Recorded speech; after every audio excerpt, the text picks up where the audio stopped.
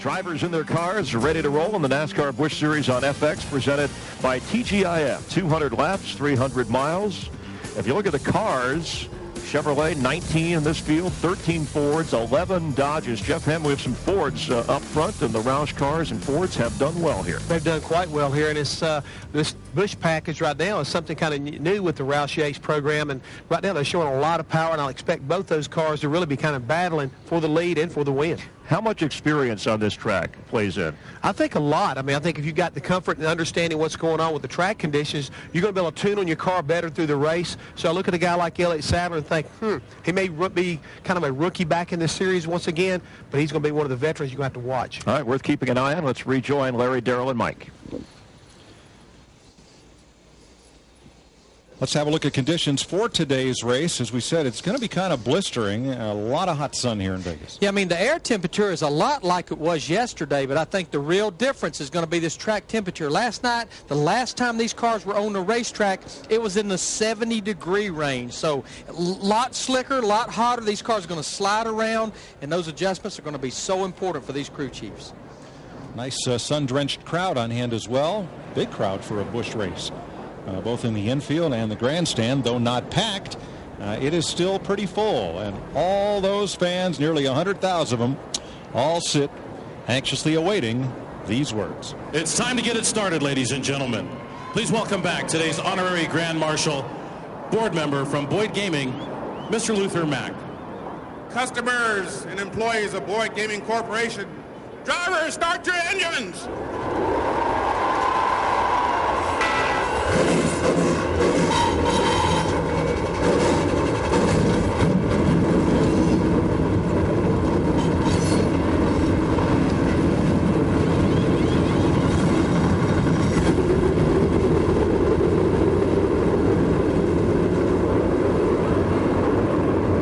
Set for 200 laps, 300 miles.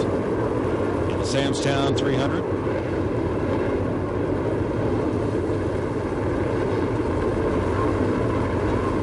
Let's have a look at our TGIF starting grid for today's race. Carl Edwards, rookie pole sitter. Elliott Sadler, 2 Fords on the front row. Another rookie right behind. There's Kyle Busch, who's a rookie in the Cup Series, runner-up in the Busch Series last year with Shane Meehan. Cliff Boyer, Jason Keller, who's making his 240th consecutive start. Reed Sorensen, who is a rookie with Casey Kane. And just to follow up on what Jeff Hammond was talking about and Chris Myers, we do see a lot of Fords up in the top 5 and the top 10. We talked about the dominance that they've already had at Las Vegas, but like Jeff alluded to, this is only the third race that these Busch teams have had that Roush Yates new engine package like they ran in the Cup cars. We saw Mark Martin pretty much dominate Fontana, and I think just going to add to their ability to go out and win the race here today. I look at Elliott Sadler, who did compete last week in Mexico City, running a limited schedule of Busch races, and the spotters on the roof, getting ready like we are to go to work. But you're right, Matt. We bragged about that crowd down in Mexico City last weekend. I mean, my gosh, we almost have a packed house here at Las Vegas. Temperature in the low to mid-70s, it just doesn't get any better than this. Pretty hot out there today. These drivers, I hope they all took that into consideration when they're getting ready for the race. Not a really long race, but still driver comfort will be important as this race wears on. Pretty good crowd for a Saturday, as the song lyric goes. Tomorrow's race, the UAW Daimler Chrysler 400 for the Nextel Cup cars. The grandstand sold out, so they've had to add these temporary bleacher seats at the entrance of turn number 3 to accommodate the demand for tickets.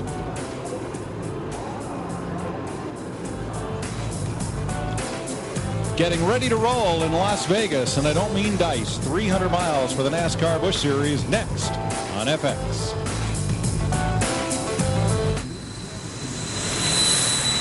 Well, a hearty good evening to everybody in the UK and across Europe on Motors TV as we bring you the Samstown 300 Round 4 for the NASCAR Busch Series from Las Vegas, Nevada. As you can see, there's a great turnout today here in the Nevada desert for this, the fourth round of the championship. We may not be live tonight, but we definitely are in Las Vegas.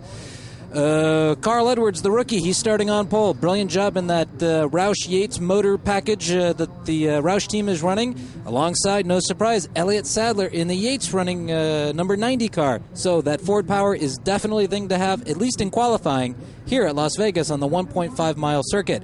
And a few track facts. Well, the degree of banking in the corners today here at Las Vegas, 12 degrees. The degree of banking on the straights, well, it's 9 degrees on the front stretch, as you can see here, and a slight incline of 3 degrees on the back stretch.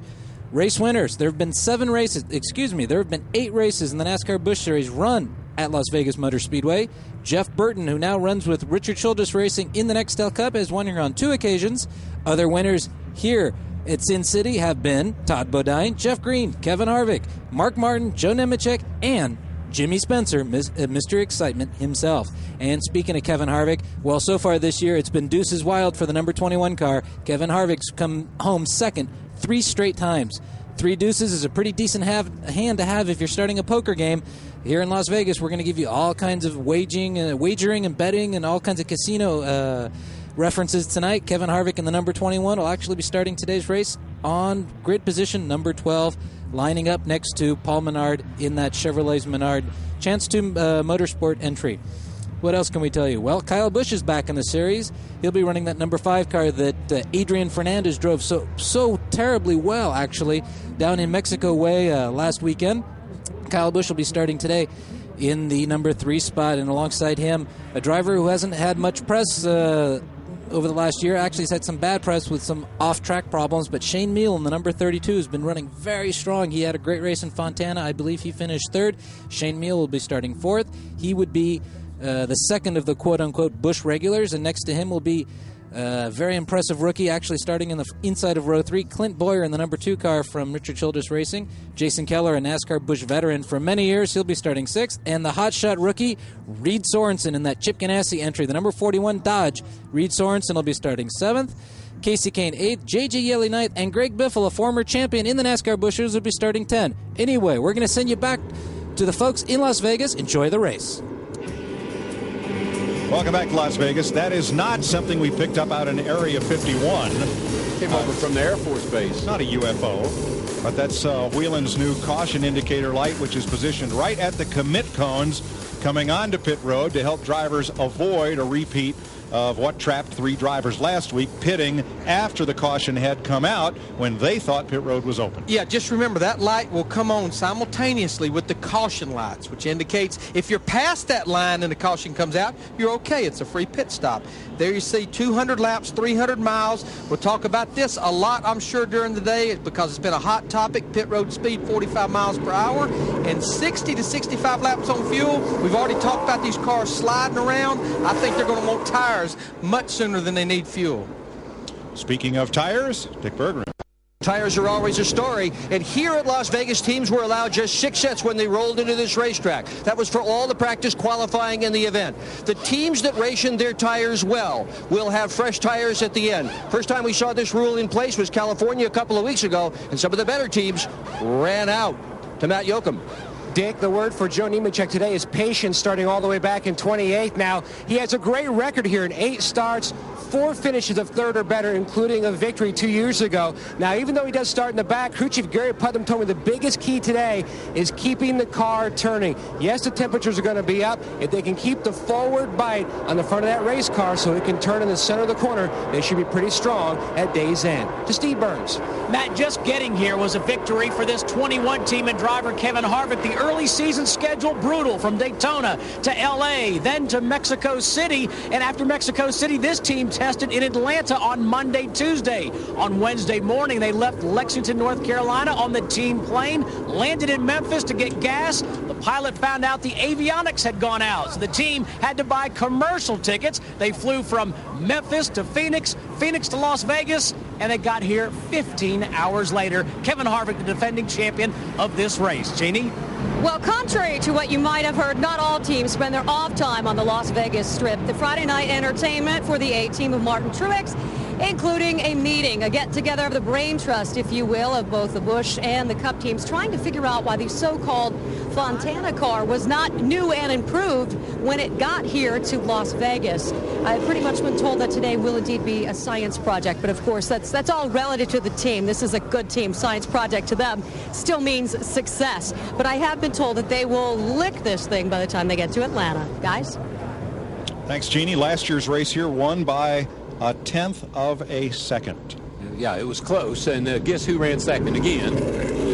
Casey Kane. To Kevin Harvick.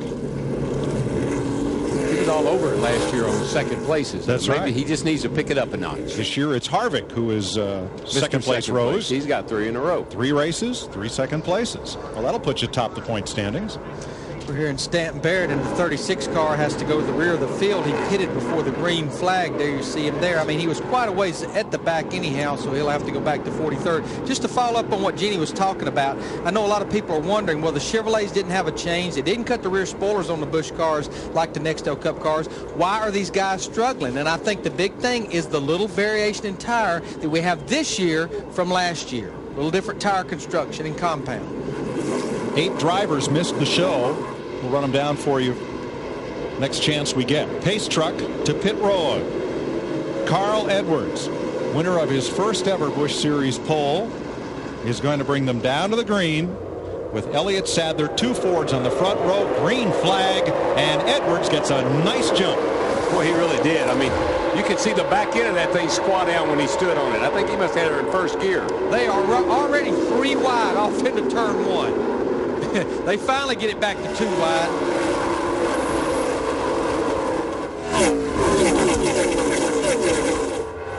Carl Edwards in that 60 car. He comes in here second in points. He'd like to get these 5 points for leading his first lap. Some of these fellows would just like to get through this first lap intact. Paul Wolf is in big trouble right there amongst all those cars, right caught in the middle.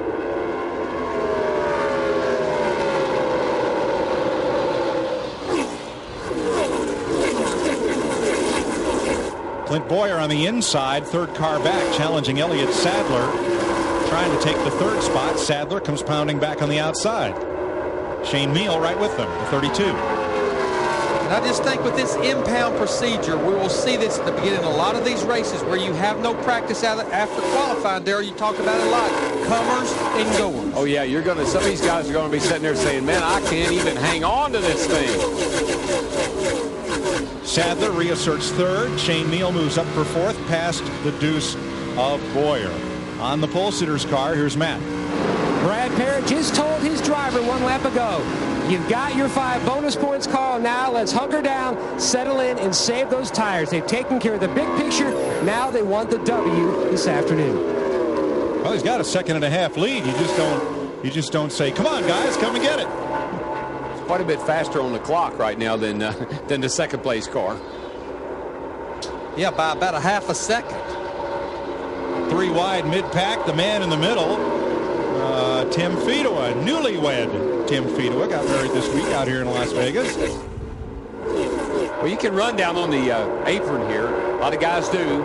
Try to make a pass down the front straightaway, drop down on the apron, and that's okay here.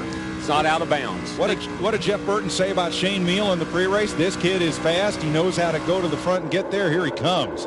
He's up for 3rd. Yeah, he just drove by Elliott Sadler in the 90 car coming off turn 2 and completed the pass at the end of the backstretch.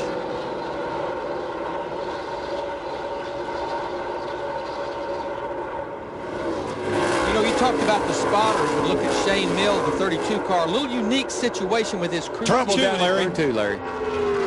Round goes the 10 of Michel Jourdain. Caution is out. The kart series driver and that unsponsored PPC Ford. He was in traffic, Darrell, in the middle of 1. I don't think anybody got bring it out around. Bring it to your pit box. Let's take a look at it.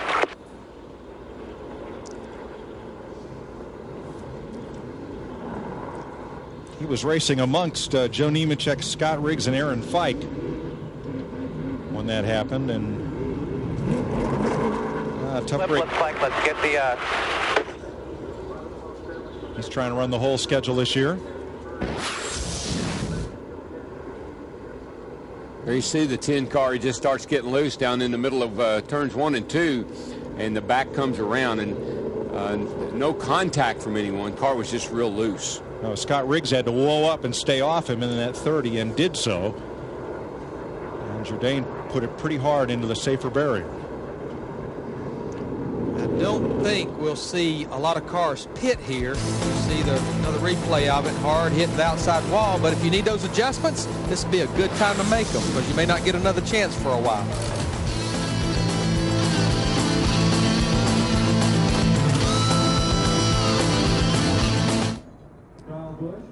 Well, Michel Jourdain Jr. gets the award for being the first boy in the wall today here at Las Vegas. And if anybody knows how to say caution in Spanish, let us know on motorstv.com or motorstv.co.uk. Happy to have everybody in the forum tonight. I want to send a shout out to Brendan, to Rokan, to Sue, to Steve, everybody who's on the internet. Welcome aboard. We're here for a delayed coverage of the fourth round of the NASCAR Busch Series from Las Vegas. And as we saw, the pole sitter, Carl Edwards, basically ran away from everybody there in the opening few laps. He got his 5 points. And as Larry Mack and DW and the rest were saying, his crew chief's now telling him, you've got that stuff taken care of now. Just settle down, get into the race rhythm, and everything should be just fine. Interesting to see that, and here we are with the Stacker car, Kenny Wallace, as he makes his way out of his pit box. And he's going to rejoin the battle. Of course, Kenny Wallace is one of the commentators on the Extreme Dirt Cars that also runs on Motors TV. If anybody is a fan of Extreme Dirt Cars, let us know on the Motors TV forum. It's kind of like stock car racing with a little bit of sliding involved on those little tiny quarter-mile, half-mile dirt tracks scattered across the United States. And Kenny Wallace does a fine job doing the commentary for us in the United States. Of course, his sponsor is also the official sponsor of the series, so no coincidence there. Elliott Sadler's making another guest appearance today. Sadler, who ran in Mexico, didn't have a terribly great race. Actually had his crew chief actually had a little bit of a run-in with Robbie Gordon. No surprise there. Gordon is no stranger to altercations on track and off. And Elliott Sadler will be looking to get his Yates-powered car up towards the front and go for a hard run. He's here for the win today. He could care less about points. He just wants a victory in the NASCAR Busch Series, as does Kyle Busch and the rest of the Bushwhackers who are here today. But there is a championship to be run, and Carl Edwards is doing his best. He is second. He's the virtual second in the championship to Kevin Harvick, but he is actually the real leader, if you will. Anyway, as we ride along at a very slow pace with Kenny Wallace, we're going to send you back to Mike Joy, DW, and Larry Mack. Welcome back to Las Vegas. NASCAR Busch Series racing on FX, presented by TGIF under our first caution. And time for a little TGIF trivia. Who's the only driver to score his first Busch Series win in Las Vegas? Jeff Hammond, we got Larry, Darrell, Mike. Anybody want to jump in on that one? Come on, Darrell. Come on. I give you a hint. I've been reading the Busch Series for Dummies catalog. I remember. Well, just for y'all's information, DW is thumbing through this book mighty fast up here. See? Okay. His last name is a color. How about his that? last name's a color, and I happen to know who it is, guys. I think it might be Jeff Green. Yeah. Jeff Green. All right, good work. See, it takes teamwork. That's like, all right, teamwork, like Roush Racing. Huh? You guys take it away. I think the folks at home had that one about a month before. Well, everybody in Owensboro did, I know. Yeah, you bet. All right, one caution so far, Michel Jourdain. I believe they've taken that car back to the garage. They have. And there it is under repair. Trying to get him back into the race. Carl Edwards leads Kyle Busch, Shane Meal, Elliott Sadler, and Clint Boyer. We had several cars that pitted, but most notably Kenny Wallace qualified in 14th. He was one of the few cars running in the top 20 to hit pit road for adjustments. There you ride with Kenny. John Wood has come from 22nd to 15th in just 4 green flag laps, and we are back under green in Las Vegas.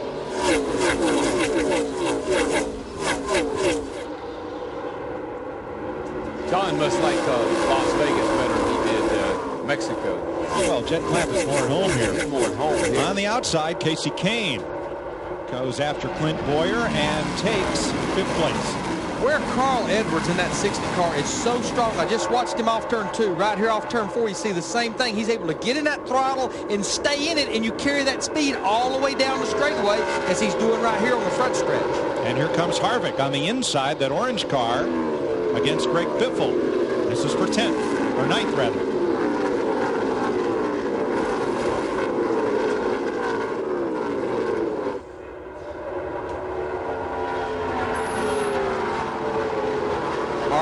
course, the winner of this race 1 year ago. One of 2 wins from 2004 in the Busch Series. Kind of keep an eye on Carl there. Car takes off as fast as that one did, Larry. That tells me the car is pretty darn neutral. That car can get a little free on him as he gets into a run here. And on our qualifying show, as we see Ashton Lewis in the 35 car, I'm sorry, that's Jason Keller in the 35 car racing with Davey Green in the 27. He was a little concerned about that. He said he almost wonders, was his car too good for qualifying last night? Yeah, it might be a little bit too fast to be good over the long haul. So we'll keep an eye on here and see what these other cats are able to do.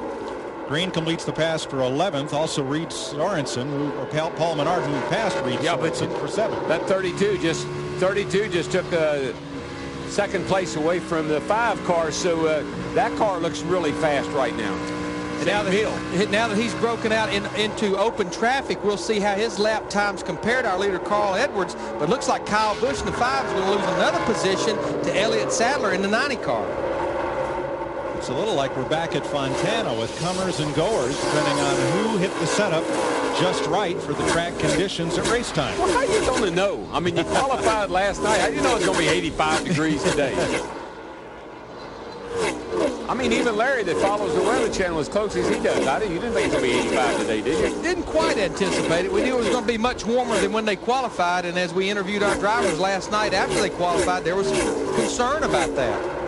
Harvick coming hard. He's past Clint Boyer, and now he moves underneath Reed Sorensen to move the 21 up into 7th place.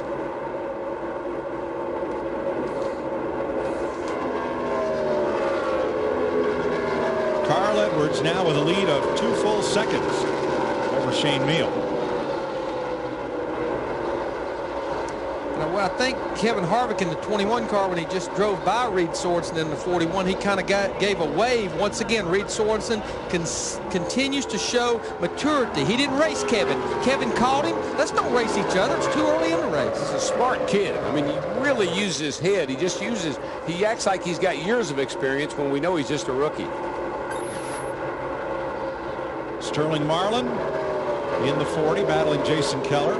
Stremme right there in the 14. Denny Hamlin there in the 20. Now, you take a look at these guys that are running well right now, running up front. A lot of them were in Cup practice earlier today. And so they've been on the racetrack. I think that gives them a little bit of a leg up in the early going here.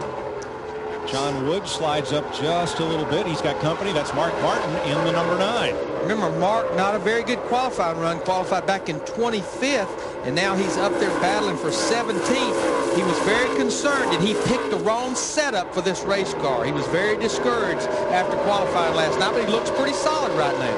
But as he said, Larry, he picked the wrong setup for qualifying at nighttime.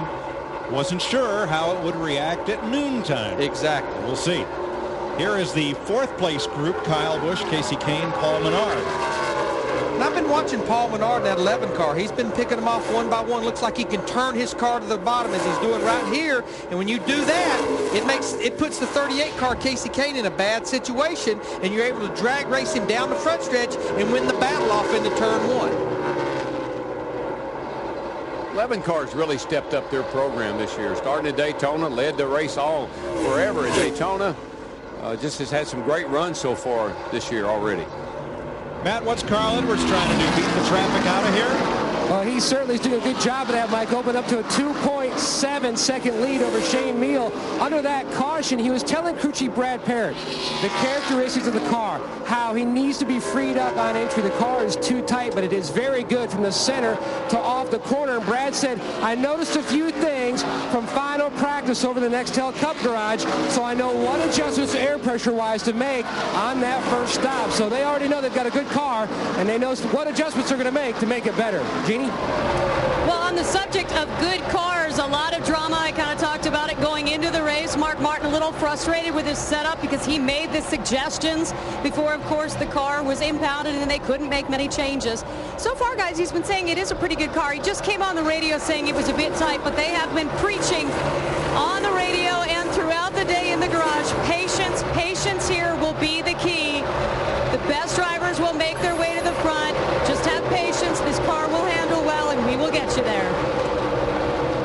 You know, Mike, he's talking about Brad Parrott, Carl Edwards' crew chief.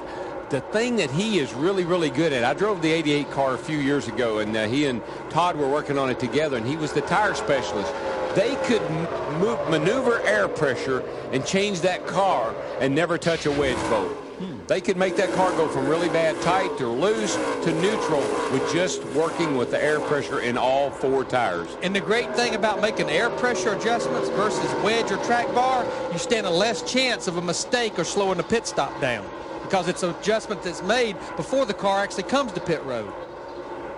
Mark just passed J.J. Yaley for 13th position. His Roush stablemate Carl Edwards has a 2.8-second lead on Shane Meal, Elliott Sadler, Kyle Busch, and Paul Menard. 35:01. Welcome back to Las Vegas. 24 of 200 laps complete. Carl Edwards now out in front of Elliott Sadler by 3.3 seconds. There's a look at the rest of the top 5. Kevin Harvick is up to 6th over Reed Sorensen, Casey Kane, Greg Biffle, and Clint Boyer. A little further back, moving on Denny Hamlin. Here comes Busch champion Martin Truex. This is for 19. Yeah, Elliott Sadler is a tick quicker right now than Carl Edwards by a couple of tenths. He's slowly reeling him in, but it's going to take a while at 2/10 a lap. Steve? And DW, you're exactly right. His team just radioed his times, telling him where he was in relation to the leader. Now, Elliott Sadler is saying, my car is good. I'm just a little bit loose on the exits of the corners. Just help me a little bit getting off. What we talk about Elliott Sadler just a little bit quicker than Carl Edwards, our leader in the 60 car. Carl Edwards' teammate Mark Martin in the 9, he just broke into the top 10. Remember, started 25th after a little rough qualifying run last night, but he very well, a lot like Elliott Sadler and Carl Edwards, may have the quickest car. Problem, I think he needs a caution to catch him up because he's about 13.5 seconds behind our leader. You can beat the house in Las Vegas, but here at this Speedway, the house is Roush. Carl Edwards, the race leader. Mark Martin in 10th. And let's go to Dick Bergman. And no surprise, car number 2, Clint Boyer, who slid back a couple of spots. The car is sliding the nose under power, even though, other than that, he's running just fine. They're real calm on the radio, however. Long, long way to go in this race, Mike. You know, I have to say, I questioned Clint Boyer last year because we just didn't see the runs that I think we were expecting to see. But, you know, he would run a race and he'd sit out for a month because he was sharing the ride with Kevin Harvick. But it's almost like now that he's in this 2 car, working with the same group, running all the races, he's sitting there 3rd in points. Now he's getting some pretty good consistency, and a lot like Reed Sorensen, he's showing some patience. Yeah, I talked to Childress about him, and he said, look, he's got talent. We just got to get him, comfortable and get him used to the kind of racing that we do, because he's never run these kind of races before, these long 200- and 300-mile races. 4th place battle. Kyle Busch along the outside of Kevin Harvick. Dick Bergman. And Kyle Busch loses that battle just now. The car's a little bit free in, tight in the center. They've already talked about what they're going to do with that automobile on the first pit stop. Car just not quite right. It will be late in the race, though. Jim Long is his crew chief, veteran crew chief.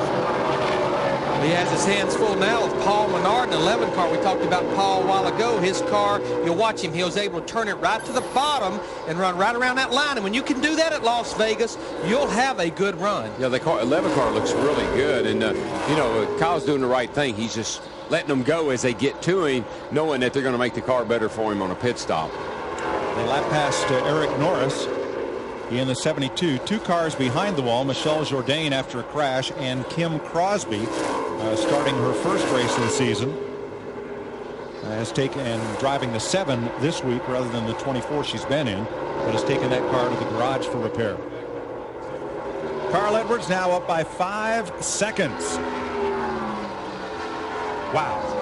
And I'm just watching the scoring monitor. He's still beating Elliott Sadler now by about 2 or 3 tenths a lap, but I keep peeking back there to that 10th spot. Mark Martin, he's keeping tempo right now. Kenny Wallace not quite up to pace, going a lap down here. And Kenny was one of the drivers I talked to this morning. He was very concerned about what he felt in that car last night in qualifying. He said, Larry, I'm just not sure. I don't think I'm going to be very good today. A little concerned. Mark Martin has picked up 2 more spots from 10th now up to 8th. He's passed both Casey Kane and Greg Biffle, and he's about 3.5 seconds behind Reed Sorensen, the 7th place car. And for a couple of laps here, he's had the fastest lap time around the racetrack too, so definitely on the move. Randy LaJoie with Paul Wolfe. That battle is for 27th. LaJoie took the Champions Provisional, started this race shotgun on the field, but he's made good progress in the Jim Kelly and Frank Cece number 34. Justin Labonte and Dave Blaney fall a lap down to Carl Edwards. 32 laps complete in the Samstown 300.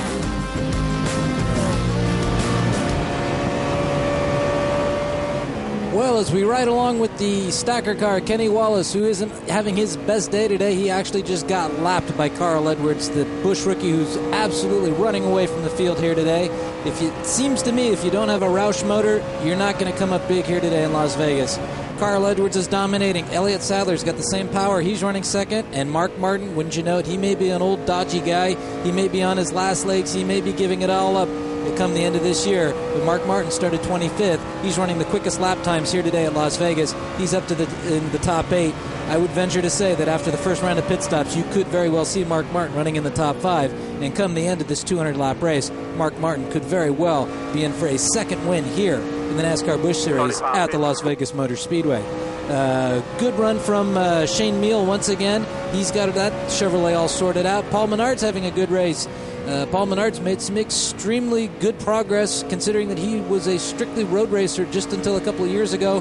But with Dad's influence and Dad's big check, he signed on with Chance 2 Motorsports this year, and he's running a lot stronger than our defending champion, Martin Truex Jr., who ironically never had any road racing experience of note to speak of, and did a fine job last week down at the Hermanos Rodriguez Autodromo in Mexico City to come up with the win there, the first ever NASCAR Busch Series race south of the border of the United States, and a road course race. That doesn't happen every day in NASCAR Busch racing. So interesting things happening here. You can't always predict it. Reed Sorensen looks to be having a good race. Clint Boyer's having a good race. A lot of good guys up there. Kim Crosby, our only lady in the race, she's dropped out. That's sad to say. Michelle Jourdain Jr., who's raced here before in Champ Cars and actually done quite well, had never won in the Champ Car Series on the Las Vegas Motor Speedway. Unfortunately, the Mexican driver's day came to a very rude ending very early on. So as we hear the crew speak to Kenny Wallace as he motors around the 1.5-mile Las Vegas Motor Speedway, all we have left to say is that in about 20 seconds or so, we're going to throw you back to DW, Larry Mack, Mike Joy, Chris Myers, Jeff Hammond, and all the Las Vegas crew from the NASCAR broadcasting group.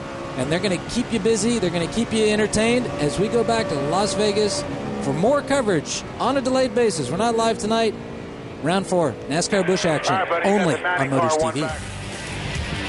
Busch Series Racing, presented by TGIF, is brought to you by Smooth Busch Beer and easy drinking Busch Light. Busch, the proud sponsor of the NASCAR Busch Series.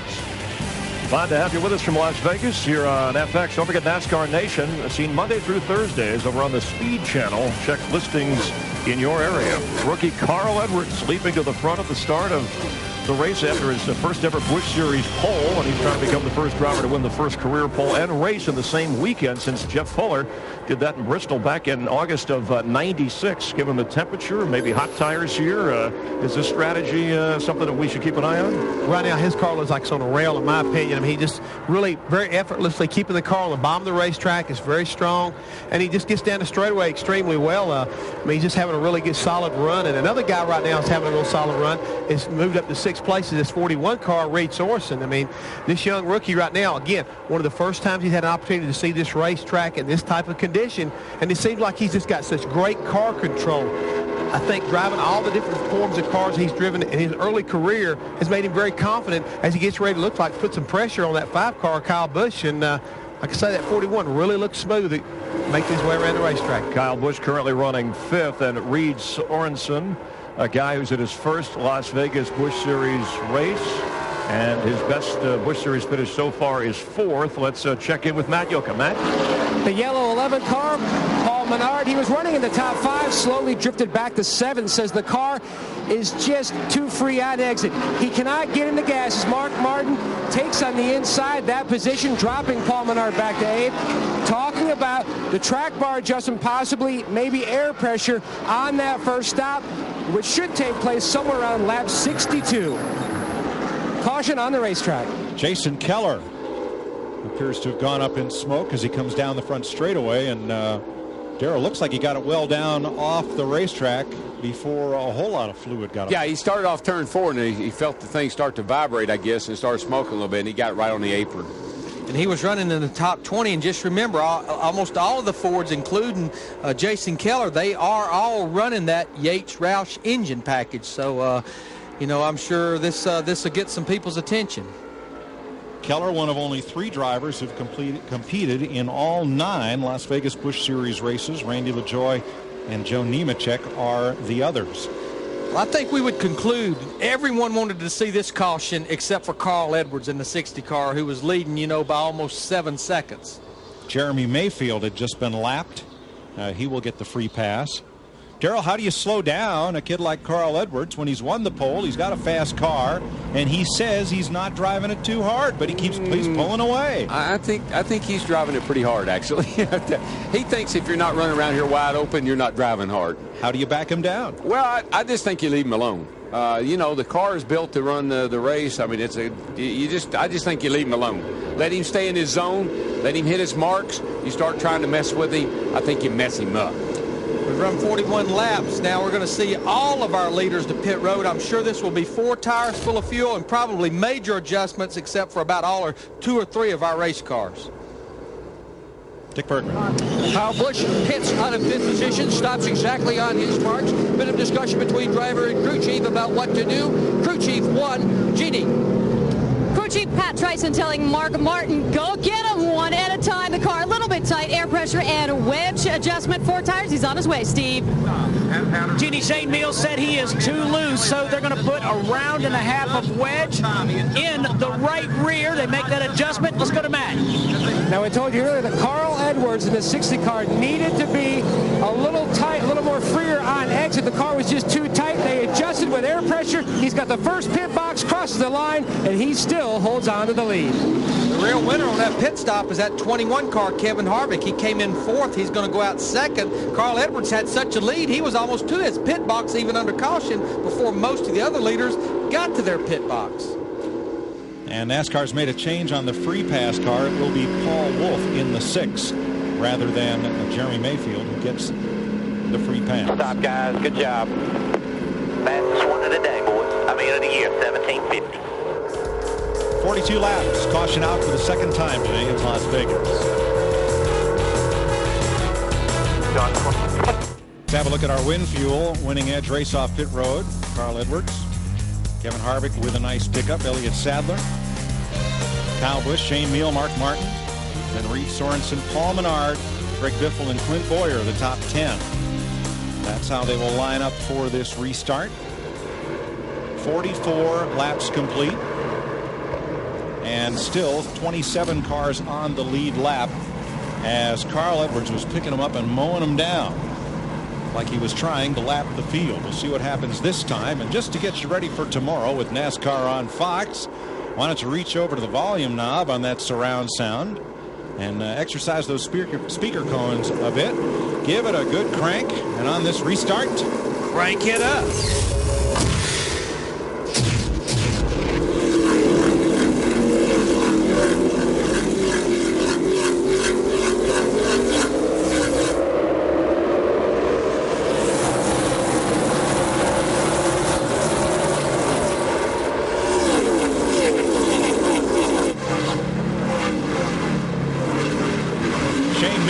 not get going on the restart.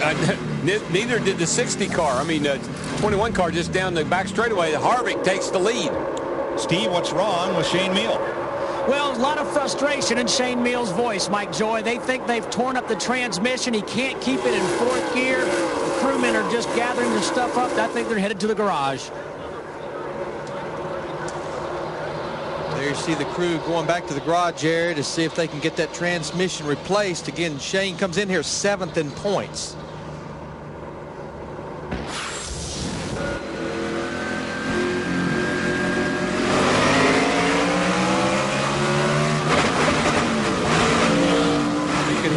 there. That is not a good sound, BW.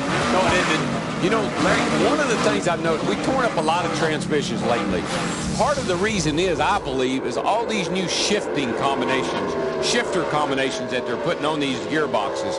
I was in, when we were in Mexico last week, I was noticing there are more shifter configurations than I've ever seen in my whole life, where they're trying to move the shifter and levers to the top of the transmission to get them away from the driver to be able to move the seat over.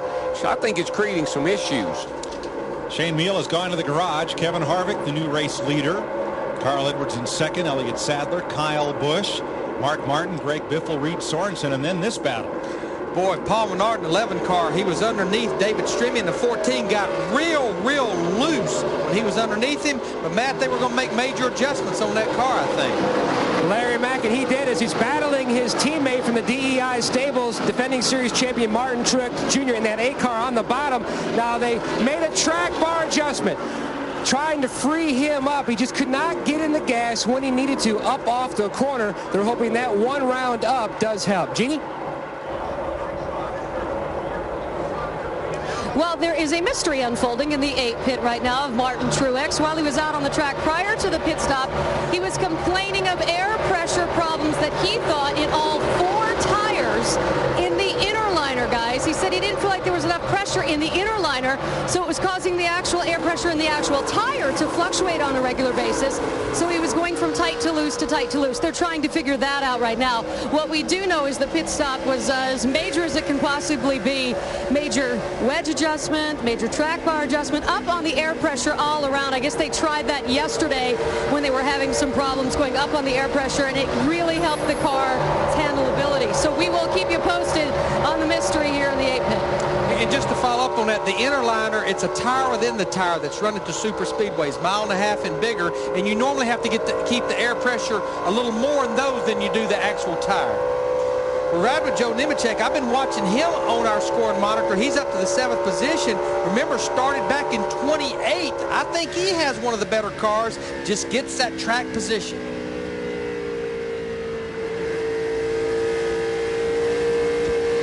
Oh, hello there. Tim Fedowa following Sterling Marlin.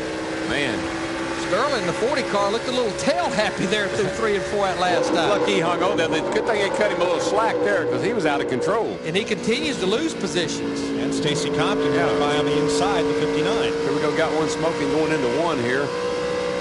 Is that the 49 of I believe it is. Grissom? It is. Caution is out, too. You talking about Sterling losing 4 spots. You get that loose, you'll lose a couple of spots before you get your breath back. That'll be a big break for Kenny Wallace, the 22 car. He will be the free pass car back on the lead lap, and maybe they can make that car good enough to stay up there.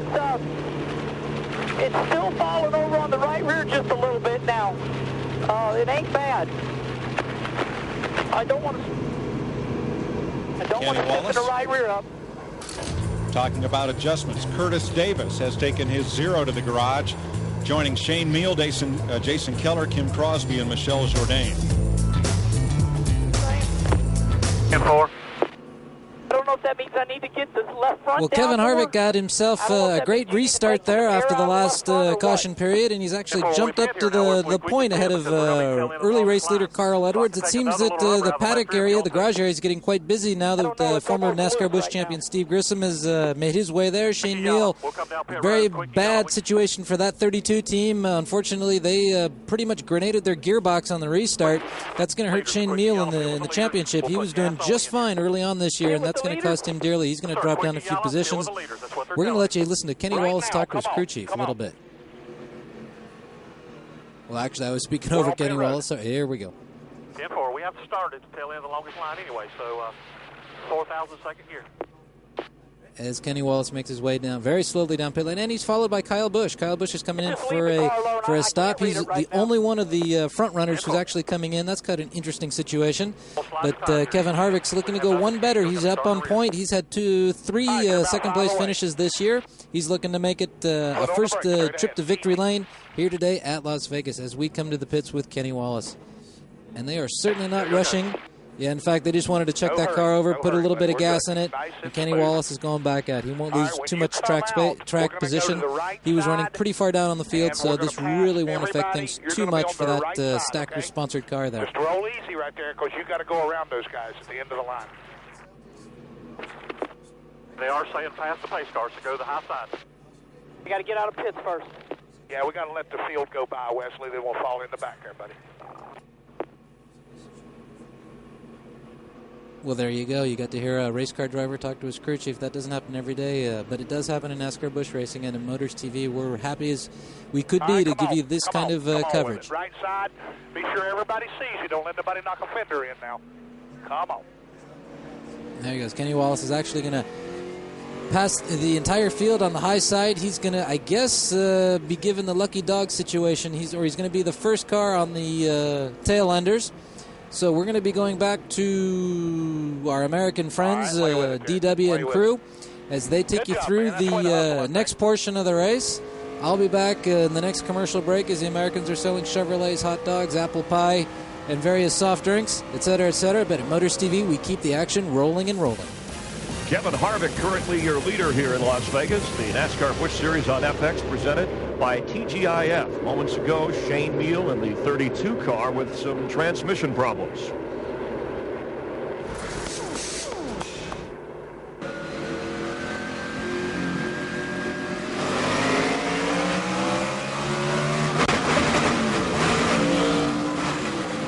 Not a popular sound for a driver. Jeff Hammond below the Hollywood Hotel at the Ford Cutaway car for more of an explanation on this. Jeff? Well, Chris, first off, Darrell Waltrip was talking about the different types of shifters and how they're located on the transmission. Here's pretty much a conventional setup. As you look, it's mounted on the side of the transmission. This is a normal type of shifter pattern that you normally see in a stock car. But now today, they've moved to what they've called a top rail type of shifter, which is an SR1.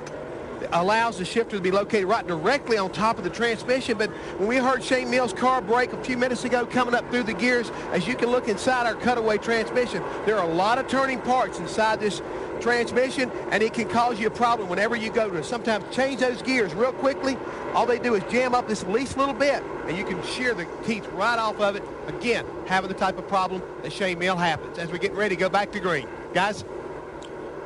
Thanks, Jeff. Kevin Harvick, the leader, from Carl Edwards, Elliott Sadler, Mark Martin, and Greg Biffle. 1 Chevy leading 4 Fords. And now we have a lot of lap-down cars to the inside for these guys to deal with. Certainly Kevin Harvick in the 21 would like to beat Jeremy Mayfield in that 64 car down to turn 1. Carl Edwards would like to clear him as well in the 60. 21 car gets a nice launch. That's actually how he got around Carl on that last restart. He just pushed Carl out of the way. Kevin and Harvick did in the 21 car, and here you can see he just really shot out to a pretty good lead already.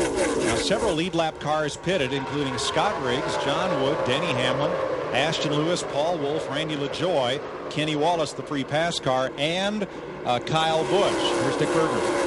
Well, Kyle Busch thought he had a tire going down, Mike. Don't know yet whether, in fact, he did. They are still checking tire pressure here in his pit. Crew Chief Jim Long wanted him to stay out. Thought it was just perhaps that the tires were not yet up to pressure. Busch said, you want me to pit or do you want me to wreck the car? That was the end of the conversation. In he can. Meanwhile, Reed Sorensen, good bad news story. Turn 3 and 4, he's lousy. Turn 1 and 2, he's fast. Dick Berger, I know what bad news for Kevin Harvick and Carl Edwards is. It's Mark Martin in that 9 car. He just took over the 3rd position over Elliott Sadler. Man at 1 Fontana, I just think he's going to be there shortly. Yeah, he is definitely on his way with a lot of urgency. And Joe Nemechek, who started 28th, has made his way up into the top 10. David Stremme alongside Nemechek's 87.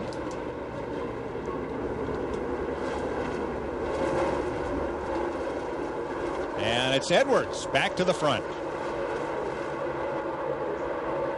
Harvick settles in second. You're the man, Carl. Just keep it up. Nice and smooth. Don't overdrive it. Here's Steve. And Mike, with caution came out on lap 41. Kevin Harvick hit pit road. He said his car was too tight, so they took some air pressure out of both front tires. But when the most recent caution came out, crew chief Ricky Byer said, tell me about your race car. Kevin said now it's just a little bit on the free side. Steve, that means they've got an awfully close balanced car with just slight changes. They can go from the car being tight to loose, which that's a good thing to have when you're that close.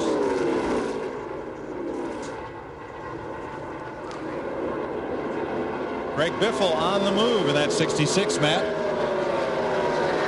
He's running in the 5th position, Mike, and Greg Biffle told his team under the last caution, the way we were going with that last adjustment, which was a track bar adjustment to free him up, has helped. He says, I want to go more in that direction on the next pit stop. And some chatter on the leader, Carl Edwards' radio crew chief Brad Parrish said, look up at the scoreboard. You can see all those Roush Yates engines in the top 5. And he thanked the engine department and Ford Motor Company for those heads you were talking about, Larry Mack. Yeah, I would say 4 out of the top 5 right now. Right now, Greg Biffle in the 66, he has his hands full of Joe Nemechek in the 87, so Joe now moves into the top 5 after 60 laps. Remember, started way back in the 28th position. Might be a problem on our series champion. Watch the 8 of Martin Truex. Yikes. Tire rub. Might have gotten into someone. Knocked that left front fender in a skosh.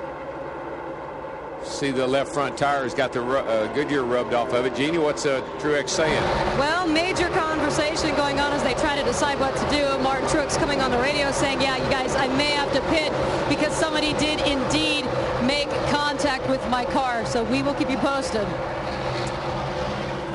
Guys, don't look now. Mark Martin in that 9, he just moved past Kevin Harvick in the 21, so he's in 2nd position, and he's only a little over a second behind his teammate, Carl Edwards, in that 60. He's a coming, as we say.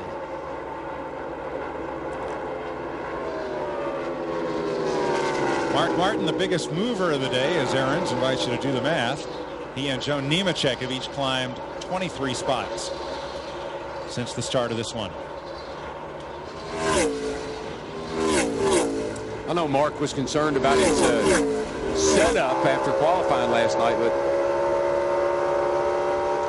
this is the man on the move as well. We've been talking about him the last few laps. Joe Nemechek in the 87. Yeah. I mean, he just drove by Elliott Sadler in the 90 and driving away from him.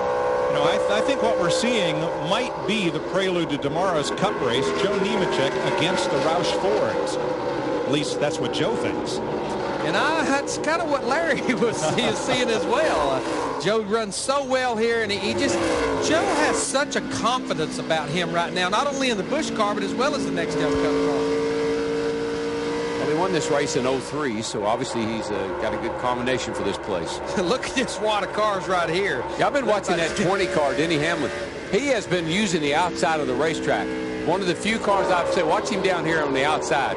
I saw him pass about 6 cars here a little bit ago, all on the outside of the racetrack. And Darrell, he's on a little bit fresher tires. He's one of the cars that elected to pit back on lap 53. So he has about 10 or 12 lap fresher tires in a lot of these cars. Yeah, he's doing something that we haven't seen guys do today, and that's to make the outside groove work, and it's really helping him get around some of these guys that are fighting for the bottom. You know, Darrell, they're using a lot of racetrack. We've seen a lot of 3-wide racing. So it's not like a one-groove racetrack with a lot of marbles. They can run pretty much anywhere they want. Yeah, you know, these cars do not have the aero adjustment from last year that the Cup cars do. They've still got the big rear blade on them. They just got softer tires, which I think makes the racing better. You got the big blade, soft tires. It helps these guys handle wherever they want to go. We call them bushwhackers, the drivers that do double duty in both the Busch and the Nextel Cup Series, the Nextel Cup regulars that moonlight on Saturday. And right now they fill the top 5. 65 laps complete in Las Vegas. Carl Edwards out front.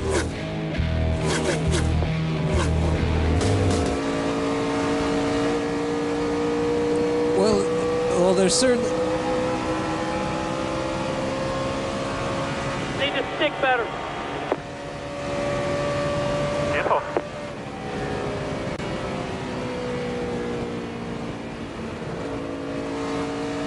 $34.70, 10th place, $34.30. Okay. Well, we apologize for that slight technical glitch as we ride along with Kenny Wallace here at Las Vegas. And as Mike Joy was saying,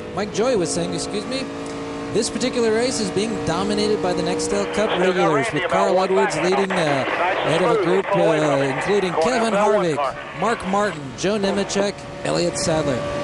And I think all eyes should be on that number 9 car today as he dominated Fontana. Mark Martin looks like he could be in for a very special race here today at Las Vegas. And don't count out Joe Nemechek. He's the only one of the front runners besides Kevin Harvick. There's actually 2 of them who don't have that magic Ford motor that seem to be doing just fine here today. Taking a further look back down in the standings, Reed Sorensen's having a good race. Clint Boyer, who had a pretty decent start, he's kind of fallen back just a little bit. Our defending champion, Martin Truex Jr., he looks to have some serious problems. It just doesn't look like it's going to be his day here today in Las Vegas. He's got a tire rubbing on that number 8 Bass Pro Shops. Sponsored Chevrolet. Bass Pro Shops, for all you fishing fans, of course, is one of the biggest outlet stores of fishing equipment and all that kind of lot in the United States. So shout out to any of you guys who like to go on a Sunday morning and go catch whatever it is you catch in the United Kingdom or across Europe. Me being from the United States, we go sea fishing. In the UK, I'm not sure exactly what you do, but I'm sure somebody on the forum will come in and tell me perhaps there's some Scottish salmon to be caught. Anyway, we're riding along with the Stacker-sponsored car, Kenny Wallace. He's still running around in mid-pack trying to sort that car out. His crew chief's been talking to him all day long. I've been talking too much. I'm going to send you back to the guys in the States. Looking ahead at his young ST Motorsports teammate John Wood. Wood just went by Compton and Ashton Lewis in a 3-wide pass to take over 15th place. And Lewis returns the favor, repassing Compton. Carl Edwards, our race leader, beginning to get a mirror full of Mark Martin, his Roush teammate, as the gap has now shrunk to not tenths of seconds, but mere car lengths. Yeah, Mark has been beating Carl by about, at times a couple of tenths a lap. So I think in 2 or 3 more laps, he will be there. Mark's car really, he drives into the corner much better than Carl does. They seem to be pretty equal on exit, but Mark really gets into turn 3, where I see a big difference, better than Carl Edwards does. Really closes the gap getting down into turn 3. And you know, DW, go ahead, Matt. Hey, D, that's exactly what Carl Edwards told Brad Parrott about 5 laps ago. He said, I'm still a little tight, but going into turn 3, that's where I feel like I'm just way too free. We've got to go more in the direction of the air pressure adjustment we've made on that last stop. It's helped, but not helped enough. Yeah, Matty, it shows, because that's really where I see Mark closing that distance every time they go into turn 3. And Darryl, we were talking this morning at our production meeting, and you know, Mark Martin in the 9 car, he's basically set every record that you could possibly set in the Busch Series. And someone said, hey, I thought Mark retired from Busch Series racing. You said, can you say Michael Jordan? Michael Jordan, that's right. You don't retire when you can win races. You know, you come back and get a refresher every now and then. Right now, Mark plans on running about 8 races this year. I bet he ends up running more than that if he keeps going like this. Elliott Sadler's backed up a bit. He's fallen into the clutches of Greg Biffle, who is coming fast. Biffle moved past Clint Boyer 2 laps ago to take over the 8th spot. Sadler right now has slipped to 7th. Steve? Yeah, he is, Mike. He is slipping back. Remember, earlier in the race, I reported that he needed more help getting off the corner, on the exit of the corner. Well, they made a pretty aggressive adjustment. They took 2 pounds of air out of the right rear tire, took a pound out of the left rear when they stopped, also made a track bar adjustment. So Elliott has reported in, well, you helped me. I have more forward bite off the corner, but you have killed me through the corner. So the adjustment they made helped one thing, hurt another.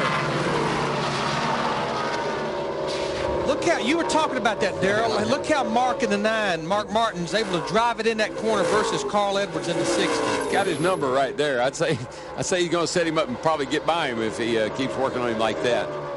Now, Mark was almost 0.2 of a second quicker than Carl that last lap, and all of it entering the corner.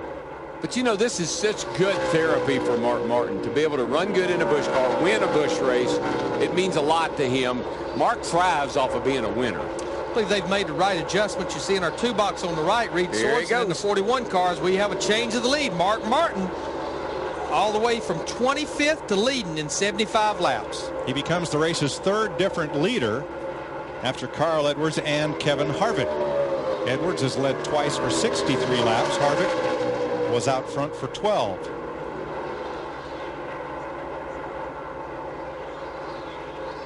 Now Chad Knaus has the afternoon off.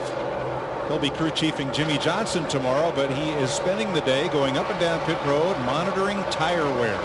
Well, and they run the same tire in the Nextel Cup cars that they do the Busch Series. Now, talking about a guy that's been on the rebound here, Kyle Busch. Remember, he made a pit stop back on lap 53, and on the restart, lap 55, which was only 20 laps ago, he was 27th, and now he's all the way up to 16th, so a good rebound. But remember, he has about 10 or 12 lap fresher tires than most of these cars.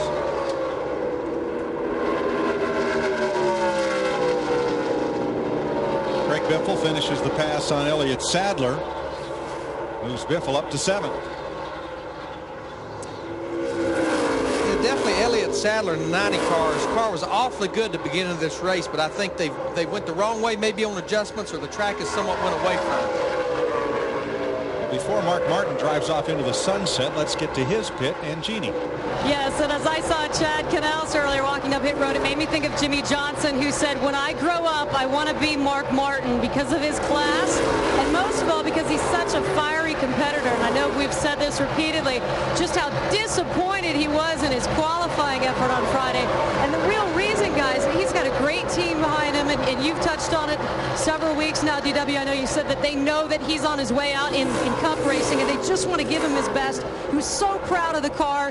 He made some suggestions prior to the qualifying effort and really just discounted the fact that it was not going to be as hot by the time he got out there to qualify. And he was so mad at himself and really uncharacteristically beat himself up in a lot of the press conference efforts yesterday. Yeah, but as you can see, they got the car back to where they needed it to be. Jeannie, he is such a perfectionist, Mark is, that if it isn't absolutely perfect, he is absolutely miserable. Now, he didn't just drive away from Carl Edwards to get this big lead. Carl had a big moment and nearly got into Paul Wolfe alongside. Right in the middle of turn 4, and it cost Carl a lot of time, but that almost was real big. I don't see any damage on the side of Carl's car, but let's have another look at what happened here. It looked like Carl actually got loose and almost drove up into the side of Paul Wolfe in the 6 car. Yeah, Paul did not come down on him. No, I think what Carl was trying to do was cut down under Paul Wolfe right there, and the back end jumped out.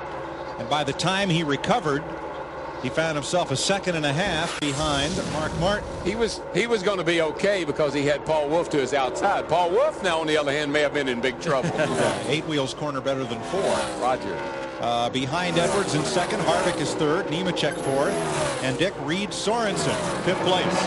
Yeah, Reed Sorensen, a very happy guy right now, but he wasn't 2 laps ago, Mike, because the water temperature on car 41 was going for the sky. They had a piece of clear plastic tear-off that had lodged itself on the grill of that automobile. So Sorensen got the front bumper of his car against the back bumper of another. That's all it took to knock the wind pressure down. Clear plastic gone, water temperature down. He's fine now. Common denominator? Well, we've been hearing this all year long on the Dodges. We went through it at Fontana 2 weeks ago, in Busch and Nextel Cup. I think their front grill openings, they're so efficient. They're down there. They're almost like little cavities, and I think they're collecting almost anything that comes in front of the race car. Let's watch it right here. There's the plastic, a windshield tear-off, and you're going to watch him. He's going to run up behind a car, and it'll basically change the pressure on the nose of the car, and it'll pull it right off. But, Larry, I think the bigger issue with that nose is it's too straight up and down. Those grill openings are parallel to the ground, and there's no angle there. There you saw it come off. Saw it pop right off. There's no angle there. Like the Chevrolet, the Ford, and all, the grill is angled back, and stuff goes over the grill. So because it's vertical, it creates kind of an air pressure dead zone. And it just slaps it right against it, and it can't get off. Wow.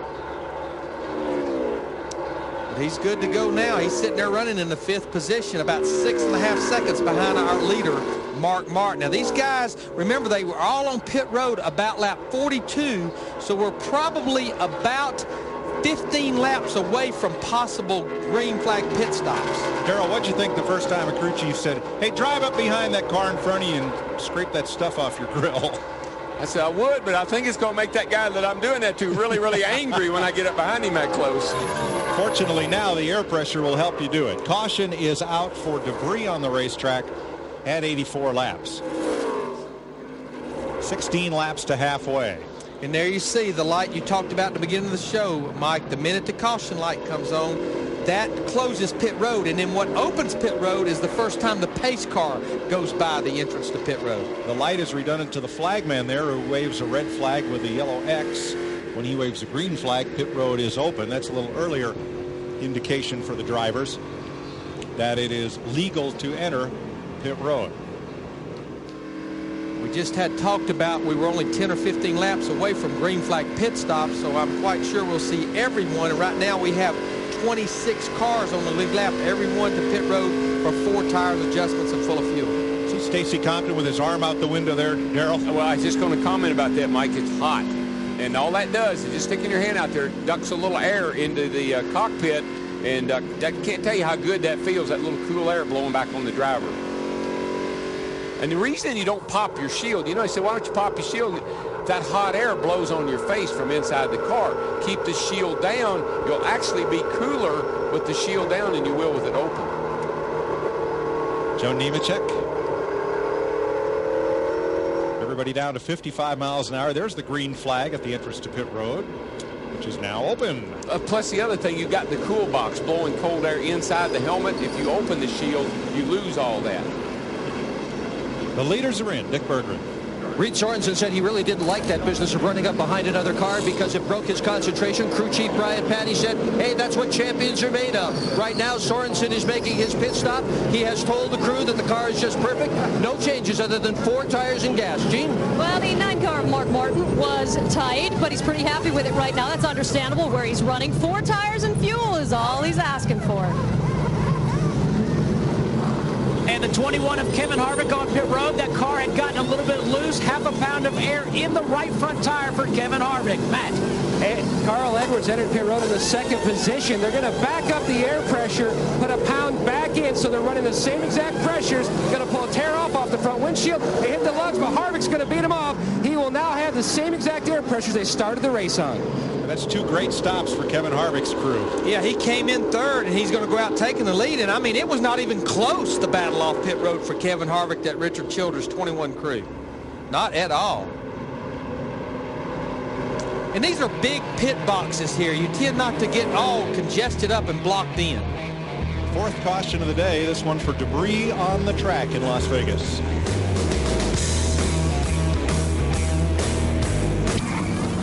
Kevin Harvick currently your leader. Here's how it started with rookie Carl Edwards, the pole sitter in the 60 car, shooting out front, taking the lead.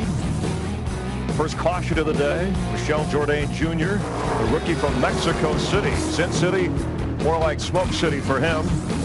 Jason Keller, 240th consecutive Busch race, loses an engine. Shane Meal on board with him inside in the 32 car, an unhappy Meal. Transmission problems out of the picture. Lap 46, Kevin Harvick in the 21 car overtakes Edwards for the lead. Edwards got it back. And then later, Mark Martin in the 9 car takes the lead from Carl Edwards. But Harvick, your leader.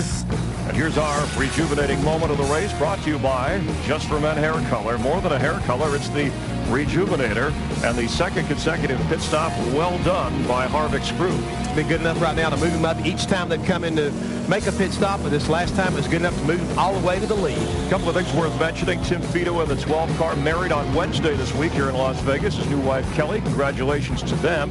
And David Strebe in the 14 car up in the top 5 on the move after suffering all week with the flu. Yeah, he's been suffering a lot all the way back to Mexico. But Chris, right now the guy you got to start watching out for, I believe, is going to be that 41 car. He's been sneaking back up there. That rookie is getting ready, I think, to give these guys a little bit of a fit here in a minute. Under our 4th caution, 3 leaders, 5 lead changes, ready to go green. Late pit stops for Martin Truex and Randy LaJoie. They trail the field by half a lap, and the electronic timing system has assessed penalties for too fast exiting the pits. Joe Nemechek, David Green, Kyle Busch, Eric Norris.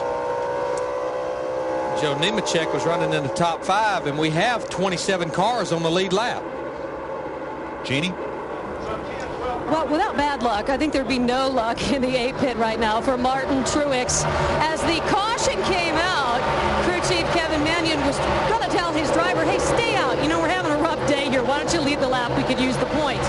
He didn't tell him in time, guys. So he obviously made his way down pit road. He had to make 2 stops to work on that left front fender because the car's shaking pretty bad. Boy, what a battle for 4th we have right here. David Strimmy in the 14. He used Johnny Sauter in the 1 as a pick to get by Reed Sorensen in the 41. Strimmy looks pretty good. I noticed he was running right there behind Sorensen before that caution came out. He just made that pass on him and pulling away. And he gave a little hand signal once again to Reed Sorensen. I think Reed Sorensen, every lap, he gains respect of the fellow driver. He's so smart. I mean, he doesn't put himself in harm's way. He doesn't put anybody in jeopardy. Just drives his own race. And Strummy feeling a lot better than last week when he had the tourist flu. Oh, boy. In Mexico City, had to climb out of the car. J.J. Yaley did a great job in relief. He was El Seco last week.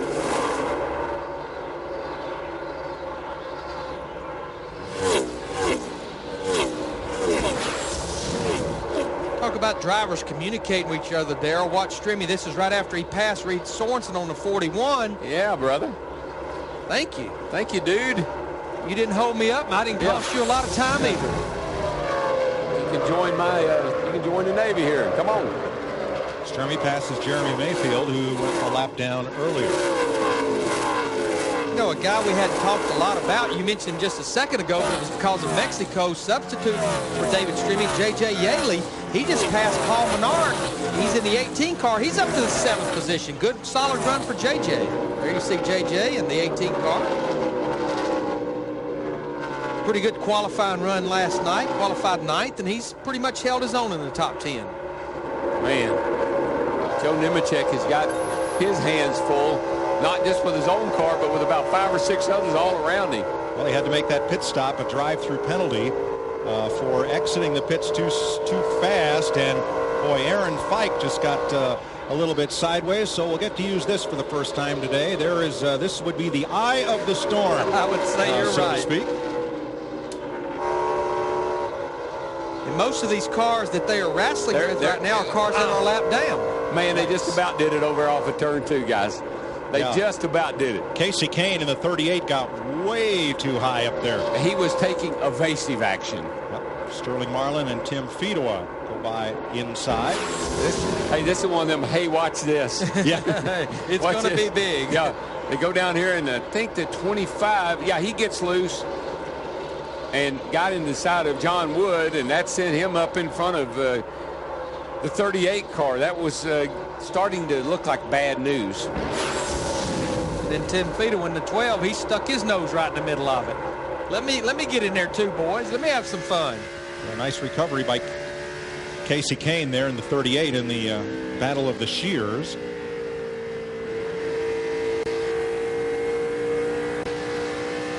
This is a battle that's going on back for about You're good to go.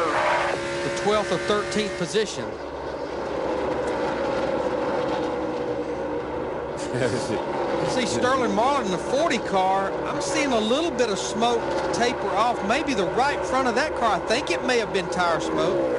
I believe we actually is overheating, and that's another Dodge. And if you notice, it looks like the grill is caved in on that car, Darrell. Got a little steam coming out of it. It has a little overflow right at the base of the right bottom corner of the windshield, and I think you see all of that grill area there caved in. I think that's possibly why that car is overheating. Sterling's was running in about the 12th position, but he's lost 3 or 4 positions since the car started running hot. Scott Riggs just passed him for 15th. You know, if you think back to this race a year ago, Larry, you know how that 21 car won the race last year? Great pit stops. He got out front, and they couldn't get by him at the end of the day. We got a battle for second, though. Mark Martin in the 9 to the bottom of his teammate, Carl Edwards, in the 60 car. Mark's car is just so good. Imagine that on long runs.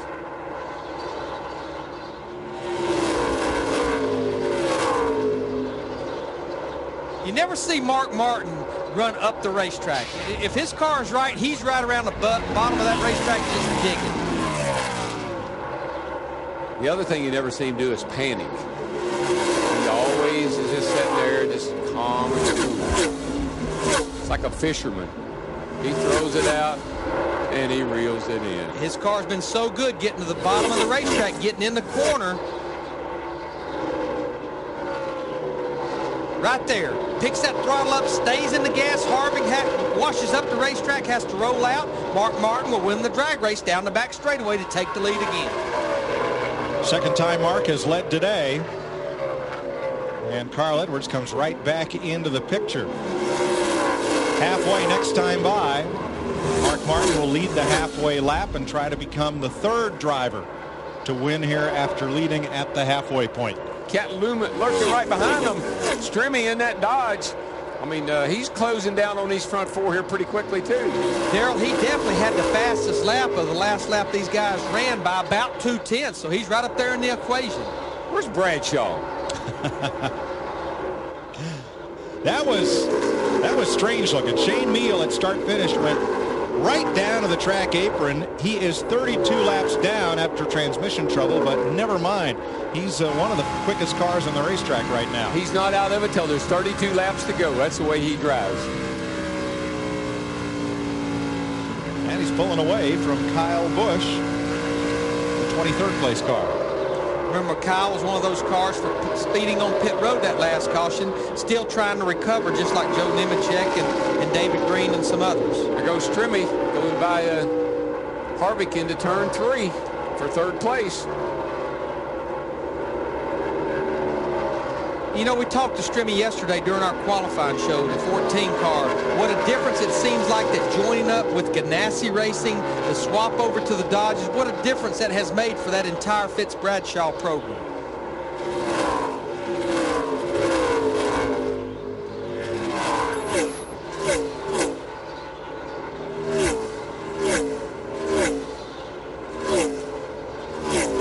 Let's go back a ways to this battle for ninth. Paul Menard and John Wood.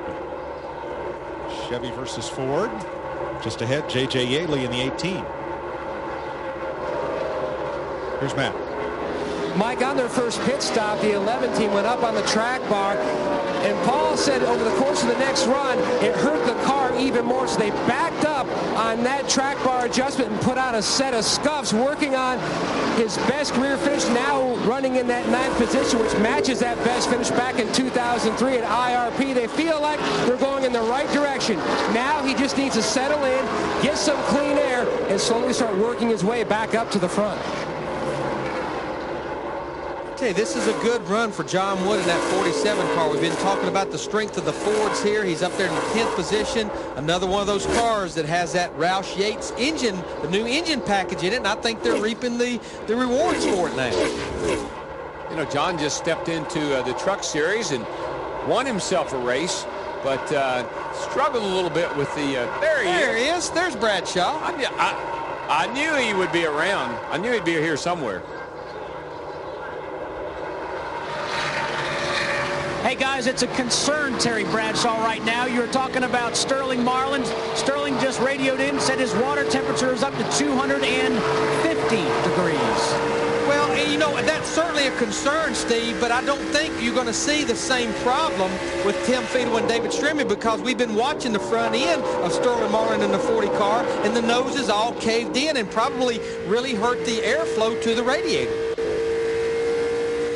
There's a reason why.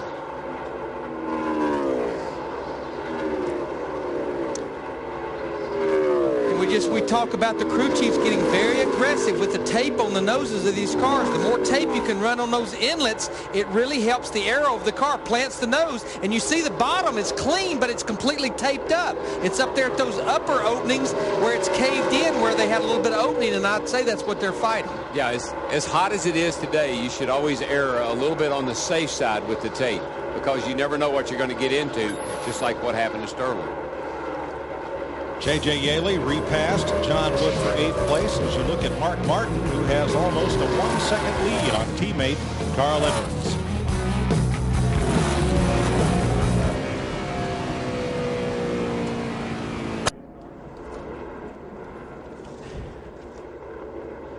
Caution is out of Las Vegas. Kim Crosby has crashed in turn number 2. She's been able to drive the car back to pit road, and the Boudreau's butt paste car has been severely shortened at, yes, that end. Dick? Well, Reed Sorensen is going to come in for 4 fresh tires and no changes to the car. He says the longer he runs his race car, the better it is. He will still have 4 sets of stickers after this pit stop is over. Several people are going to be out after this round is done. Jeannie? Well, you know you're having a good afternoon when the biggest problem in the 9 pit of Mark Martin is they just handed out ice cream sandwiches to the NASCAR officials, and they had to chow them down quickly because the caution came out. 4 tires and fuel. Steve? Jeannie, a half a turn in the right rear for Kevin Harvick, and they're putting on a set of scuff tires, setting their set of stickers for the end of this race. Matt?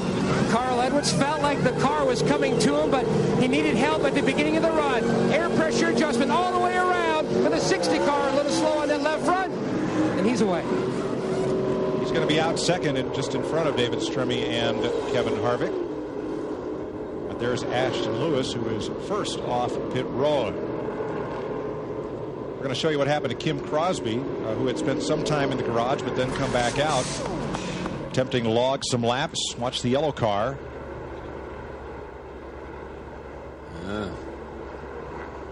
It's a hard lick. This is what was just that's so the one close. that 25 car just about took her right out.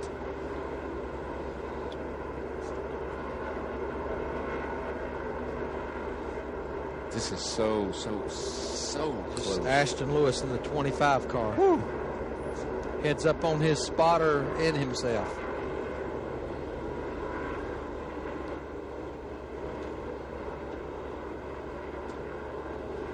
Hard to tell if there might have been any contact to start that, but I was sort of watching. I don't think there was. Okay.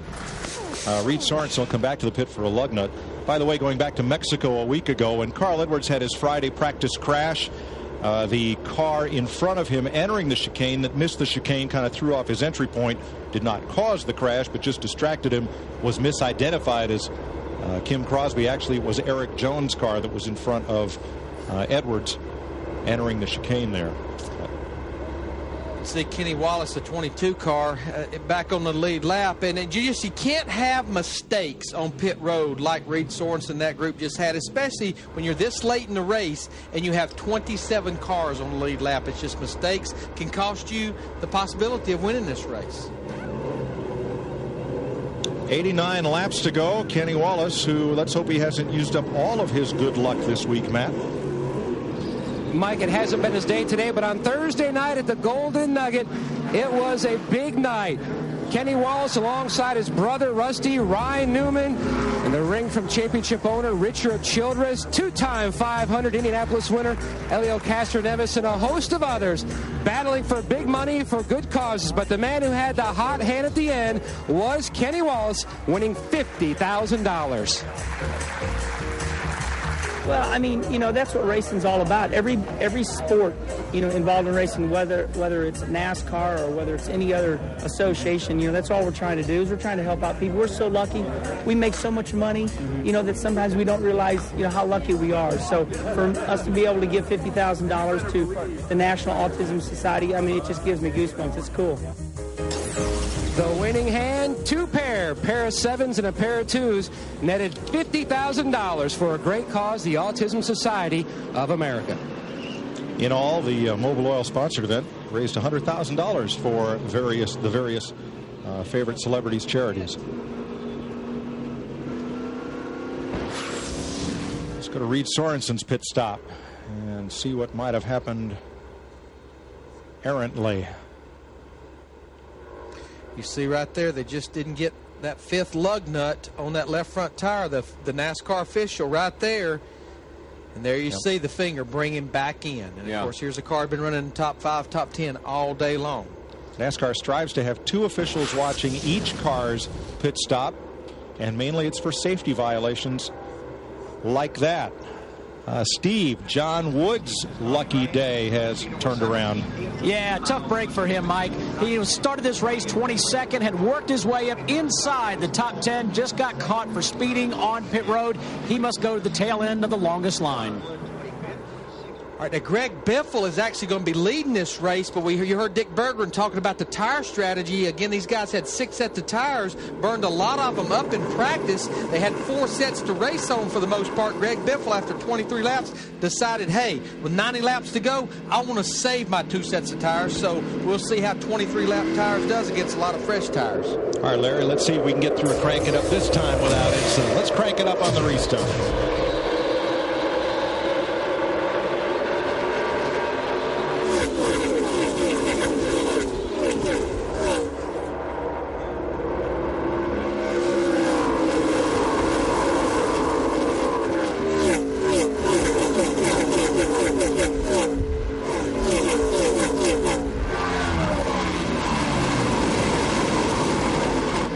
Trouble turn 3. Paul Menard had to hit the brakes to avoid a car that suddenly slowed in front of him and paid the price. I'll tell you who did a great job of getting through there was Reed Sorensen.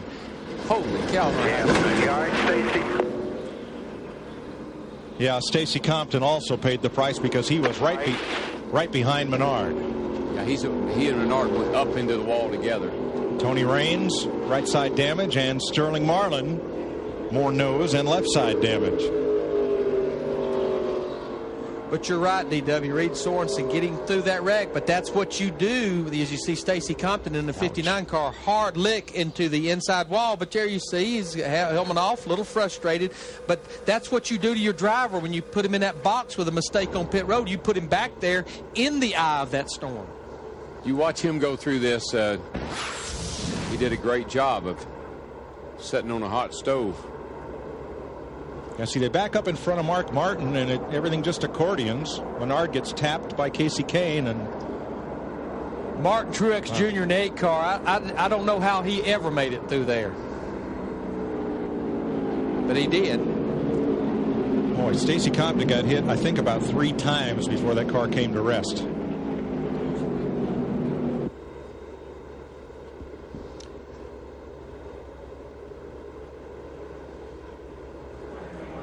See Paul Menard in the 11 car, which was the first car to get turned, and things just stack up behind him. See Joe Nemechek in the 87.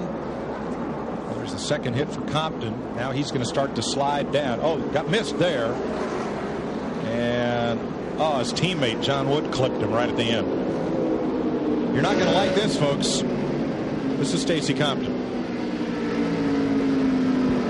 Casey Kane went in on the outside there. Yeah, he went hurt. Nowhere to go there, guys. It's not over with yet. Yeah. You all right, Stacy? Stacy is okay. Let's ride with Joe Nemechek. Go high, go high, go high, go high. Ouch.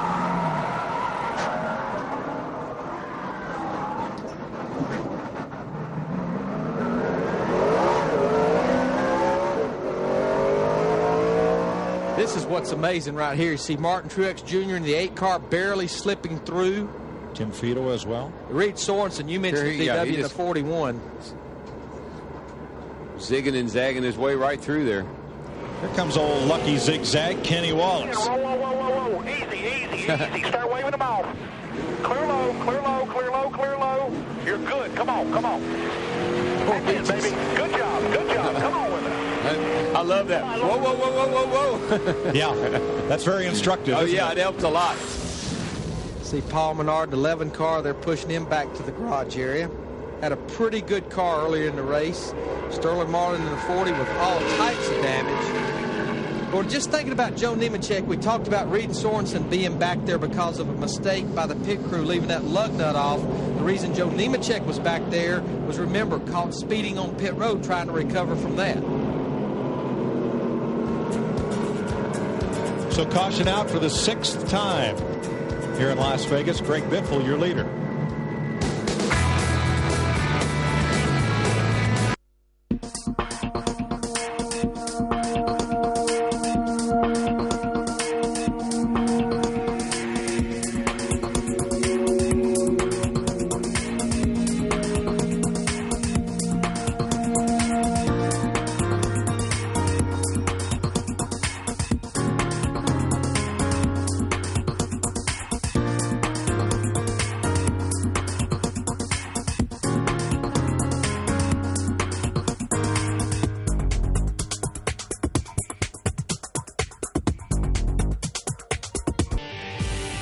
Getting set for the restart with 79 laps to go. Let's go down toward the infield care center and Steve.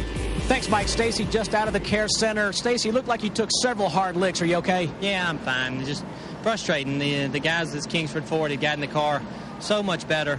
We were coming to the front, and just not a lot of patience out there. And the ones that caused the wreck look like they should know better because they're Cup drivers, and just hated to see it. Kingsford team we're finally getting on the roll, and just can't finish a race, and pretty frustrating, but that's the way it goes. That's racing. We'll just go to Atlanta next week and get them. Thank you. Getting set for the restart, Justin Labonte will be the free pass car. He'll get back on the lead lap. So it'll be Biffle, Edwards, Stremme, Harvick, and Ashton Lewis. But Larry, how long has it been since Greg Biffle's been to pit road? Anytime. Well, he was on pit road at lap 86, and right now we're at lap 120. Now remember, the reason he stayed out was to try to save his 2 sets of tires. If we should stay green, he will have to be on pit road in about 20 to 25 laps for fuel. Green flag.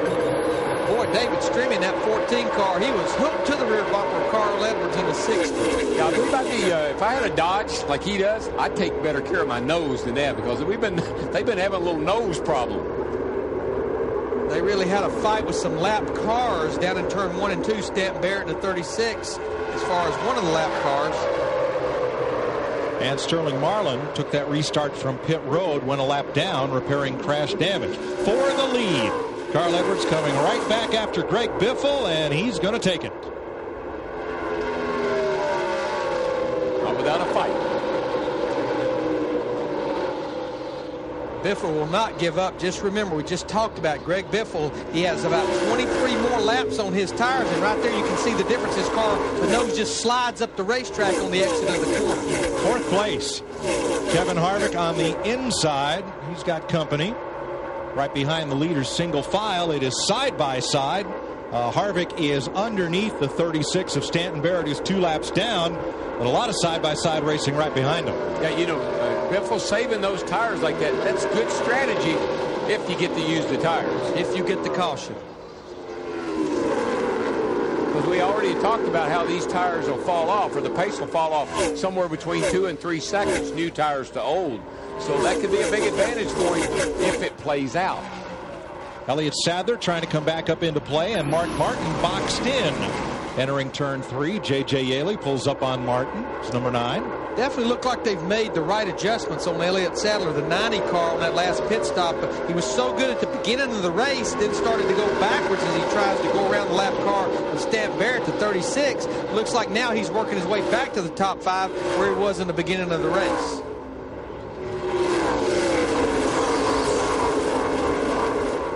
Mark Martin strong off the corner.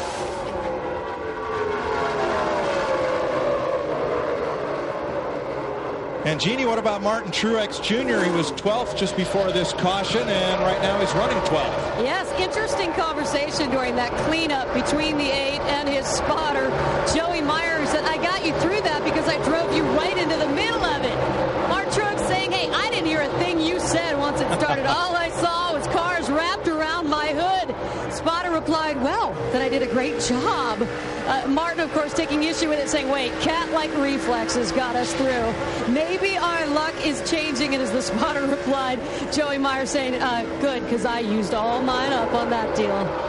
You know, success has many fathers. Failure is an orphan.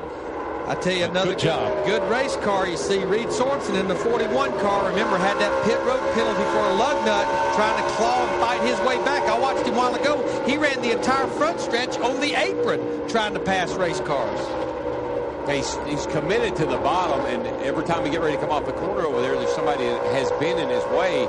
But this time looks like he might be able to make the pass and move on. Guys are all battling for about 13th position. You see Ashton Lewis in the 25 car.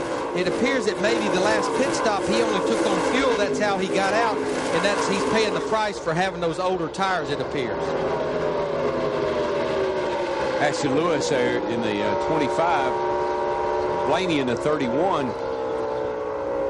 Now Blaney's a lap down, but they got a short stack right behind him. About 3 deep. Got Truex looking on the outside. and you got Sorensen going down on the inside, and they meet in turn 3. Hello. But look at Reed Sorensen's car, that 41. He just turns it to the bottom, nails the throttle. He's passing 2 cars at a time right now. It opened up for him just right that time. It puts him up into the 12th position, but right now he's a little over 12 seconds behind our leader, Carl Edwards. He would definitely be one of the cars that would love to see a caution get caught back up. Yeah, while you're back here wheeling and dealing in traffic, the leaders are up there motoring on away. There's your leader, Carl Edwards. David Stremme. Greg Biffle with Kevin Harvick. Mark Martin, Elliott Sadler, J.J. Yeley, Clint Boyer, Kyle Busch, Casey Kane, Tim Fedewa, and there is Sorensen in 12th. And Darrell, you talk about this a lot, and I know when I spot for you, you don't want to hear I'm 12.5 seconds behind the leader. It's hard for you to reference. What you want to know is when the leader crosses the line now, the start-finish line. That way you can reference it. Leader at the line now. That's your point of reference as far as the driver is concerned. You know, everything happens at the start-finish line. Battling Tim Fedewa right now. That's who we're riding with in the 12 car. This is a battle for 11th. And here is Harvick making the move on Biffle. This is for 3rd place. And there's Sorensen and Fedewa on the right.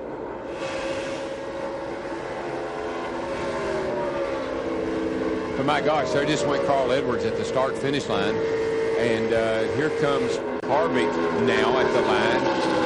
And then you wait and wait and wait and wait and wait. And here goes Sorensen at the line. So, whoa, man, is he a long way back. Just remember, Biffle in that 66 car, he's definitely one of the cars that would love to see a caution. We talked about it a minute ago. He'll about have to be a pit road at about 10 or 12 laps. Now, everyone will have to make at least one more pit stop, though. 131 laps complete in the Samstown 300.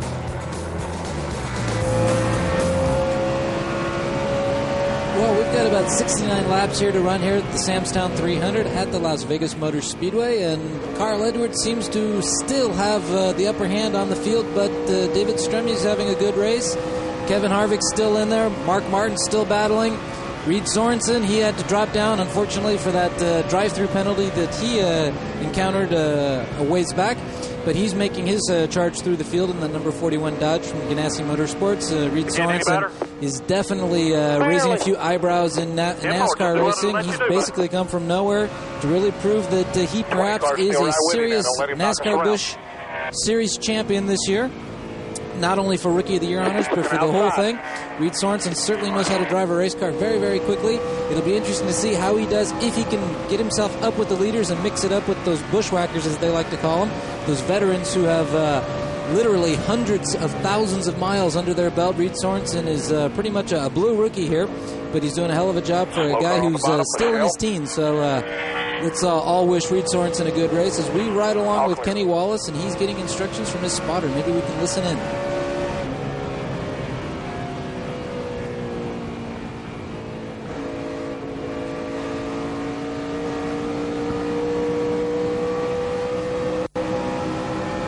There you go, stretch it out now, doing a good job.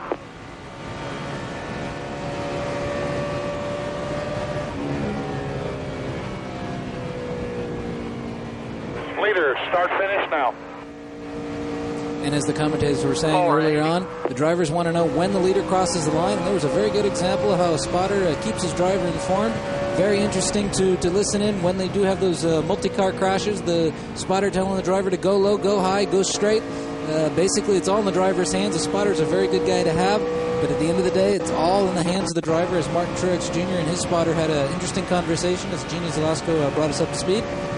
And that's typical NASCAR racing for you. The spotters sit way up high on the top of the grandstands. For all of you loyal viewers of NASCAR Busch Racing on Motors TV, you're very much aware of all that. They are a very, very key part of a serious motor racing team. And obviously, more than a few drivers had their race saved by the good graces of their spotters, who are sitting way up above the Las Vegas Motor Speedway. As we ride along still with Kenny Wallace, he's still running in the mid-pack somewhere in the 20s, I would say. Make some ground up here. And in just Be a few comfortable now. seconds, Do what it lets we're you going do. to send you back to our friends at the NASCAR broadcast team. Darrell Waltrip, Mike Joy, Larry Mack. Take it away, gentlemen. Welcome back to Las Vegas. 64 laps to go in the NASCAR Busch Series presented by TGIF. As you ride with Kenny Wallace. Carl Edwards has a 1.7 second lead on David Stremme. Mark Martin is the only other car lapping the track in under 34 seconds. Martin is third. Kevin Harvick, Elliott Sadler, Greg Biffle, J.J. Yaley, Clint Boyer, Kyle Busch, and Reed Sorensen are the top 10. Show you Mark Martin and the move he put on Kevin Harvick to take over third. Right around the bottom of the racetrack where he's been, takes the position away getting in the corner. Kevin Harvick has no choice but to roll out of the throttle, let Mark Martin have the position. See Reed Sorensen in the 41 car continuing his march back to the front, battling Kyle Busch in the 5 car. This is a battle for 9th position right now. Couple of 19-year-olds. Dick Berggren with more on Reed Sorensen. Yeah, the car is not exactly what Sorensen might like, Mike. He just came on the radio and said that the car is a bit tighter than he might like it. Fortunately for him, however, crew chief Brian Patty has done a good job of conserving tires. He has one set of fresh stickers waiting for him on the next round of pit stops. And Dick, should we stay green, we anticipate that everyone other than Greg Biffle, who will have to make a pit stop here shortly, that everyone will have to be on pit road at about 30 laps, somewhere around lap 170.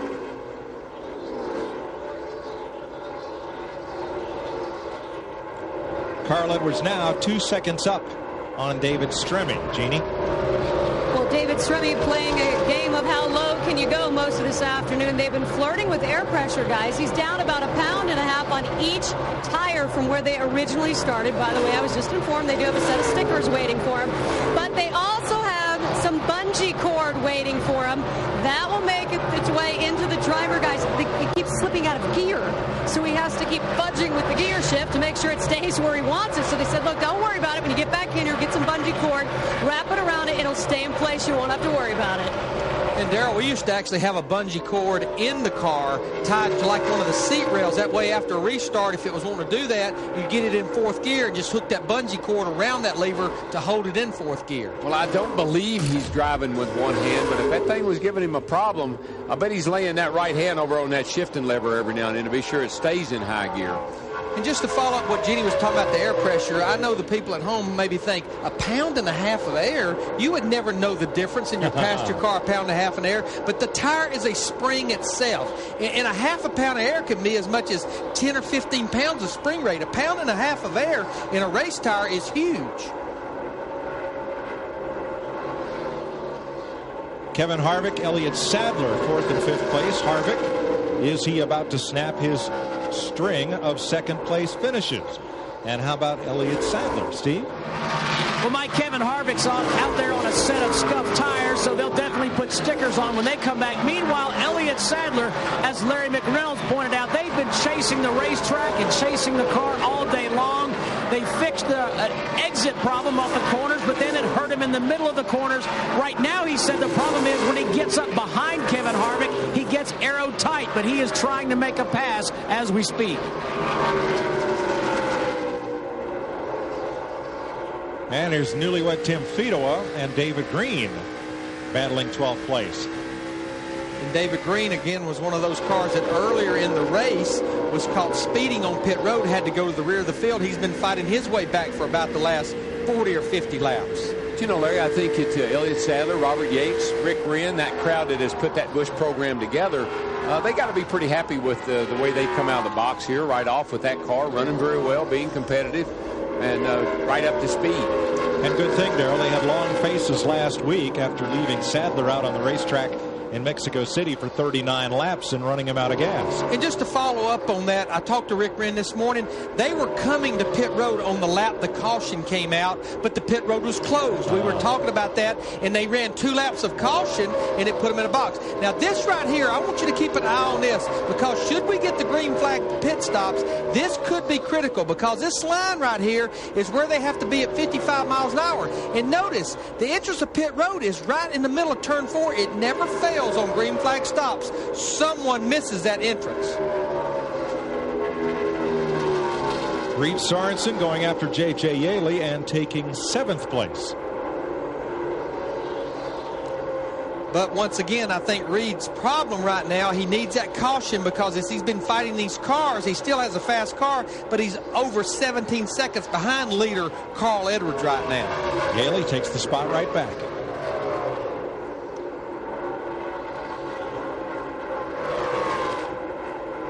We talked on our qualifying coverage about Sorensen's day in Mexico City. Instead of running into the back of another car, he spun his own. It cost him a good finish and earned him a good bit of respect.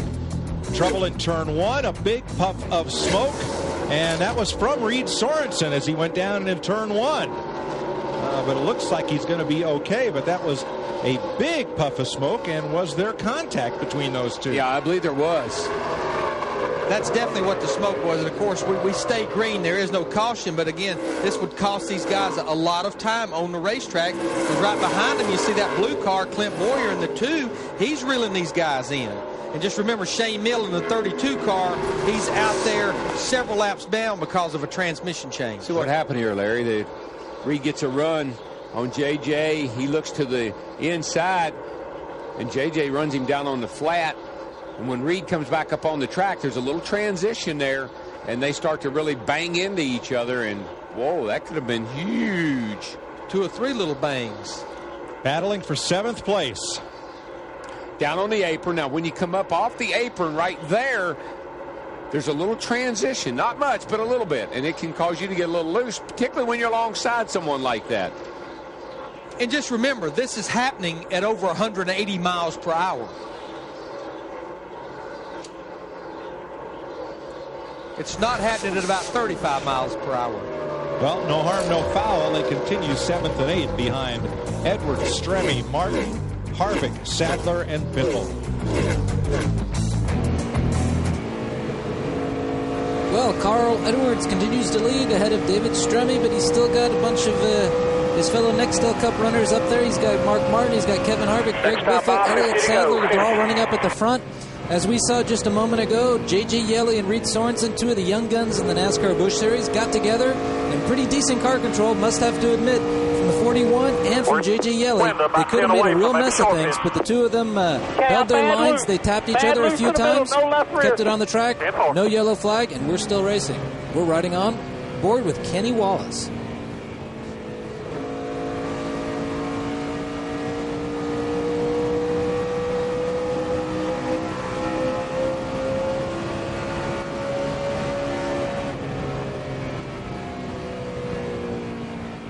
And as the communications between Kenny and his spotter are somewhat quiet, we're coming up to the last stages of the race. We're in the last quarter of the race here at Las Vegas. We've got about less than 50 laps to run. Interesting to see how that final pit stop will run. A couple of the cars got off sync with the lead pack, most notably Greg Biffle on that yellow number 66. It'll be interesting to see if a caution comes out. Everybody will dive in, obviously. Oh, we've got a frozen bit. There we go.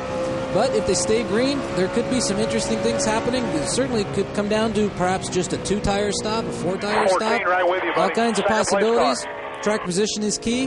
They can pass here, but on those restarts, those Roush motors look pretty stout. They look pretty stout as we see the 14 guard go by Kenny Wallace once again. Kenny, I think, is running just a few laps down from the rest of the pack. So it should make for a hell of an end to a pretty decent race here today at Las Vegas, except for that one crash that involved Paul Menard and Stacey Compton and a few others. It's been some pretty good, clean racing here today at Las Vegas. And for fans of motorsports of all kinds, make sure you tune into Motors TV next weekend, because we'll be live from Sebring for the season opening round of the American Le Mans Series, 12 hours from Sebring. It's a classic.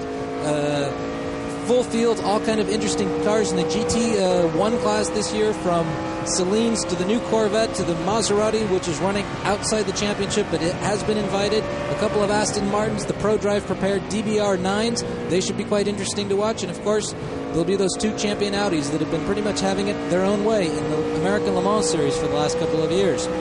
Then we'll be back for round 5 from Atlanta, the NASCAR Busch Series. We will interrupt Sebring to bring you all the action from Atlanta, round 5 of the NASCAR Busch Series. But round 4 isn't over. Let's send you back to the boys for the rest of the race.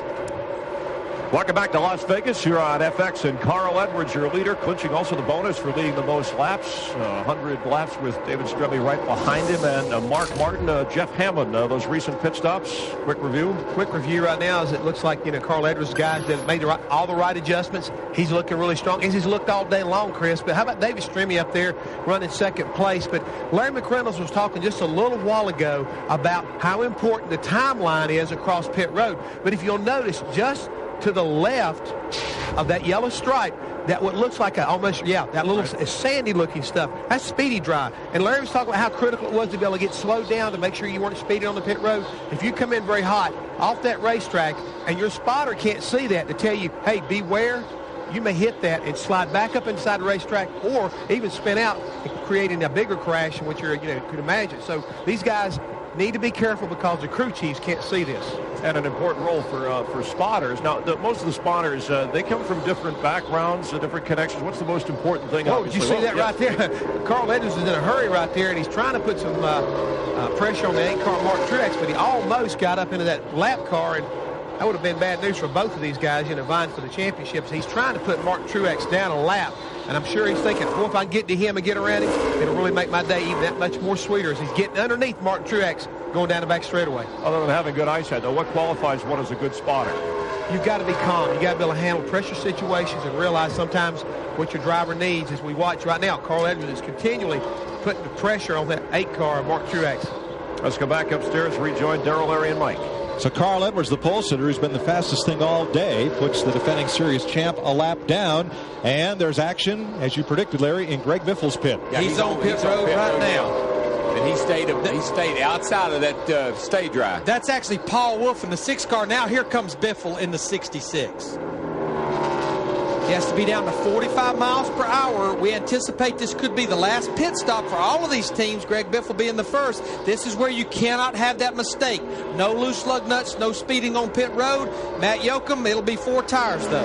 Larry Mack also looked for a track bar adjustment. Now, he told his crew chief Newt Moore, I've been easy on the gas. So Newt said, all right, instead of lap 156, come in on lap 157. He'd fallen back about 15 seconds. Remember, as he slides to a stop, now the angle is going to be a little bit off. Let's see if it poses a problem for the Jackman when he comes around to the left side of the car. If he can get that handle down and pump all the way, you can see the water starting to come out over the overflow. He jacks the car up okay. The car was slowly spewing some water out, and he's down and away. 17.1 seconds for the Biff. Paul Wolf made a stop, so did Scott Riggs. Now, Casey Kane is in. Darrell, if you're out there on worn tires, how long can you wait when fellas like Biffle have fresh ones? Well, I mean, he's so far behind now, I don't think it's going to help him that much. But what happens coming to pit when you get to your pit box? All these guys right at the last instant will gas it just to pick up that little bit more speed, a little bit more time getting into their pit box. When they do that, sometimes it causes them to slide through or lock up the tires and get in trouble getting into the pit box. Of course, what Greg Biffle, his crew chief Newt Moore, we see Casey Kane in for a routine pit stop here with 40 laps to go.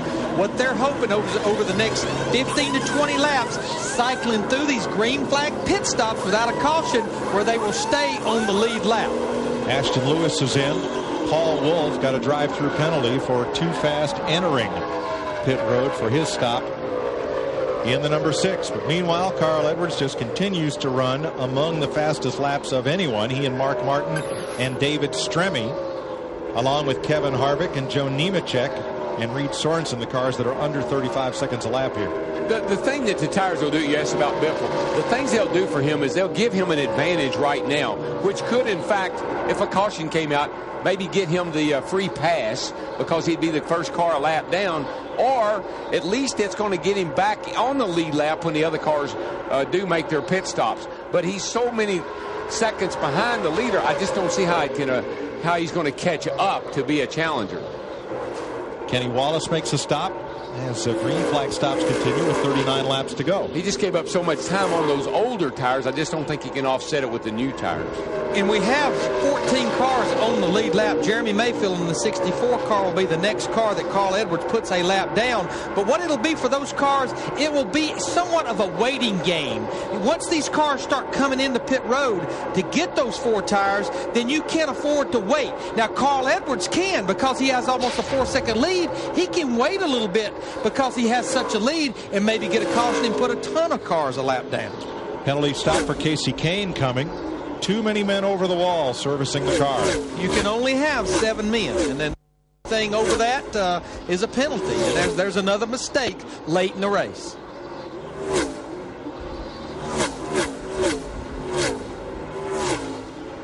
Here's the thing, Larry, green flag pit stops will tell you how good your pit crew is. These guys can come in and out under caution. They got a little bit of free time there, a little bit of buy themselves a little cushion, but not under green. Steve? Yeah, and to add what DW just said, Kevin Harvick's been having great pit stops all day long. If this race stays green, they're going to pit on about lap 175. Harvick saying he has a push in the front of his race car, no grip in the back. Elliott Sadler may pit about lap 170. Thanks, Steve. Eric Norris missed the entrance to pit road. He'll have to do a go-around as Tony Raines comes out of the pit lane and Casey Kane comes in to serve his drive-through penalty. We've been talking about how treacherous it is getting on the pit road at Las Vegas without Speedy Dry down there on the entrance. You look at Reed Sorensen in the 41 car, he has never made a green flag pit stop at Las Vegas because he has to be very conservative. He needs to walk that fine line. He don't want to give a lot of time up, but he don't want to spin out and miss the entrance as well. David Green is in for his stop. As Carl Edwards' lead over David Stremme now stretches to 4.4 seconds. Mark Martin is pretty close on Stremme, though. And they're pretty close. He's there. He's right there. Battle for second. David Stremme saw how much better. I think we've all seen all day long how much better Mark Martin in the 9 gets in the corner. Stremme very smart. There he just moves over. That way it costs neither guy a lot of time. Well, he knows a pit stop's coming, and there's no need holding Mark up right now. Just follow him, and maybe you can pass him in the pits. So Roush Kateers, that's from Rocketeers, by the way, run 1-2 here at the House of Roush. Carl Edwards, Mark Martin, pretty much as expected, out front here with 34 laps to go. And we're definitely getting to that window now within about the next 8 to 10 laps that these cars will have to come to pit road that have not made a pit stop yet because of needing fuel. Here comes Truex. He's on pit road. Yeah, he's already gone a lap down, so kind of safe to make his stop. And that's a good time once the leader puts you a lap down. Come on to pit road, get those 4 tires, make some adjustments, hopefully get back to the point maybe where you can get the free pass like Darrell was talking about a while ago. Eric Norris, too fast entering pit road. He'll get a drive-through penalty. Electronic timing of the pit road speeds in place by NASCAR for both the Busch and the Nextel Cup divisions. And a lot of tickets being handed out today. Clint Boyer is in. Jeremy Mayfield is in for their last stops. Dick? Well, Clint Boyer's crew chief has done a great job on tires. Gil Martin has saved 4 fresh ones for this last round. They put scuffs on before this just to keep those tires in good shape. And Dick, Clint had a little extra challenge coming on the pit road because his pit box was right just beyond the entrance, so he really had to get woed down coming on the pit road. Here's Matt. Mike Carl Edwards should pit in 1 lap. 2 laps ago, his crew chief Brad Harrison, all right, we're going to pit in 3 laps. start getting your bearings so you can make a good entrance to pit road under this green flag condition. So he keeps reminding his driver, get an eye as you come out of turn 4, where the cones are, where you need to start to get on the binders. Third place car on pit road, Stremme. Yeah, and he was really fighting it to get it on the pit road without spinning out. Jeannie. Thought process in the 14 of David Stremme was to do whatever Mark Martin did, but Stremme coming on the radio a little bit ago saying, hey, you know what, my tires are really going away on me. I don't know how much longer I can deal with this. Remember, he's got that gear that's popping in and out as well. Stickers, fuel, bungees, he's gone. Matt? And Carl Edwards' crew up on the wall, the signboard waving, waiting for the 60 car to make his long way down pit road to the very first pit stall. This young man trying to break through with his first Busch career win. As Brad Parrott's been the victory lane many times, 17 years he's been involved in NASCAR racing. His second generation crew chief as Carl pulls to a stop perfectly, hits it right on the signboard. No chassis adjustments as the 9 car is down and away. The guys come around to the left side to hit the lugs. Smooth stop going so far for Edwards. The wheels on, lugs tight, and he is down and away. Reed Sorensen has come to a stop in his pit. He's done a nice job parking the car. It's a 4-tire change with 4 fresh ones. He had complained that the car was getting tighter and tighter. They adjusted that with air pressure. Steve. Kevin Harvick down pit road. They had a pair of scuff tires on the last stop. This time they'll take their last set of stickers. Harvick complaining that the car had been just a little bit tight. They'll add wedge. Right side tires going on for Harvick. Elliott Sadler also in, as you see on your screen there on both sides. Wedge adjustment also for Elliott Sadler. His service is finished. Harvick away as well. Now, Steve, Elliott Sadler missed pit road entrance. He was slowed down. He couldn't get beneath the cones on the commit line. Had to go all the way back around. That will cost him. All these green flag stops handed the lead to Joe Nemechek, who has just come onto pit road. You ride with him as he's headed for his stop down at the turn 1 end of the pits. And the new leader will become Kyle Busch, who will lead for the first time today. And the last caution, Mike, Joe Nemechek came down pit road after the Menard crash just to check his tires to make sure he didn't flat spot him. A former winner here as Donnie Tarantino hits the lugs on that left front for Nemechek. The fuel's in, and he is away. Trouble for J.J. Yaley on his pit stop. He can't leave the pit with equipment attached to the car. And under green, we've been talking about it this entire last 100 laps. Mistakes on pit road, that's what catches the excess fuel. He'll have to come back in. You can see the dejection on the pit crew because they had a top 10 race car. That's a shame because he had done a great job. And, man. Well, you know, about 8 or 9 more drive-through penalties, he'll be back up in the top 10. Kyle Busch on pit road for his 4 tires. And this should cycle it through. Dave Blaney just in front of him. 6, 5, 3, right here, buddy, look. And that was Jim Long that you heard counting Kyle Busch into his pit stop. This car had been fast early in the day, but then things kind of went away when he got a set of tires that he did not agree with. Caution on the speedway as Busch pits. Debris in the back straightaway is the reason for this caution. It's the 7th one today, and they have waived the caution for the catch can from J.J. Yaley's car. It pretty much had cycled through the entire green flag pit stop sequence there. Now, Kyle Busch, I'm sure, is beating on his steering wheel one more lap. He would have had a ton of cars a lap down here late in the race. But for the most part, everyone had made their green flag stops. So we should have 12 cars on the lead lap, plus the free pass car. When things sort out here, 25 laps to go. Very interesting. And I think the thing they'll have to sort out, Mike, will be, did Kyle Busch indeed stay on the lead lap? Because where he's pitting at the beginning of pit road, as long as he beat the leader to the start-finish line, which goes all the way across pit road, he stayed on the lead lap. He did do that. He definitely beat the 60 car out. Clint Boyer will get the free pass. That will give us 13 cars on the lead lap. Carl Edwards comes out of the Midwest and out of the NASCAR Craftsman Truck Series, where he made the victory backflip. Famous and unique.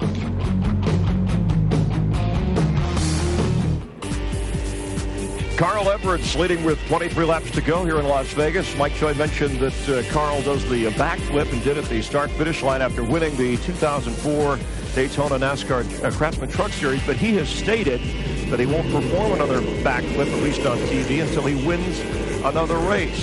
So this might be the perfect opportunity to see Carl Edwards do that. Kevin Harvick, excellent pit stops all day, currently running fourth, but problems the last time around for the 21 car. Yeah, we've been watching and commenting all day long how flawless this crew has been all day. But on the last stop, when they came in, I was noticing that the right rear tire changer had gotten up and gone back around to the left side, and they were waiting. A lot of trouble right there getting the tire off the right front. I saw a lot of brake dust, but again, how slow you are coming around from the right side dictates how fast the total stop is. It was like an 18.2, one of his slowest stops at a very inopportune time. 7 cautions so far, 1 away from the track record, ready to go green. Harvick will restart fourth behind Carl Edwards, David Stremme, and Mark Martin. It's Ford, Dodge, Ford, Chevy at the front with Elliott Sadler fifth, Joe Nemechek, David Green, Reed Sorensen, Kyle Busch, and Denny Hamlin, the top 10. Boy, Elliott Sadler lucked out, Larry, missing pit road the way he did. And then now he's sitting up there in 5th place. That's pretty good recovery. Yes, it is. Dave Blaney did not get going on the restart. He may only have high gear. And one car, might have been Derek Cope, may have brushed the wall coming off turn 2. I think he just got shoved up out of the groove. I don't think he hit the wall. Okay. Shane Meals taking his car to the garage as Paul Menard with crash damage returns to the race.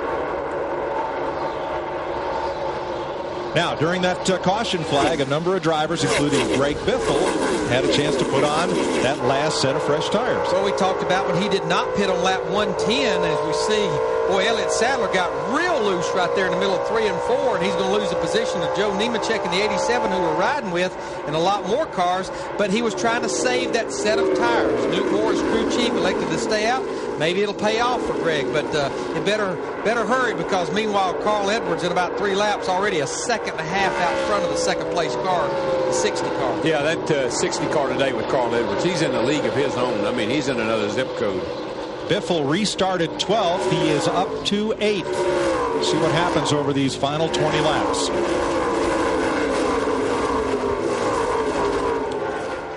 Carl's car, just like it was in the beginning of the race, he can open up such a huge lead before the other guys can kind of get going. See Biffle right there, the yellow 66 car pulls up behind Reed Sorensen in the 41 car. This is a battle for 6th now.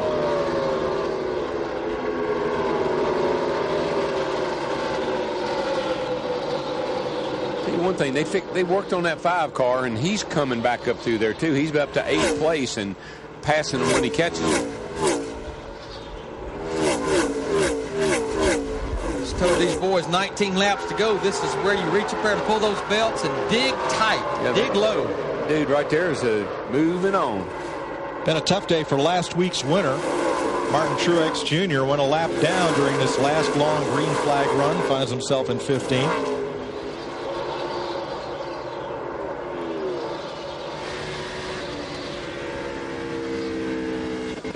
I don't think we can say enough about David Stremme, though, guys. Running in 2nd place, and the day he's had, I mean, it's been a phenomenal day for him and that team. And the week he's had, he was so sick he had to climb out of the car last Sunday in mid-race. But he's made quite a recovery, and so has this team.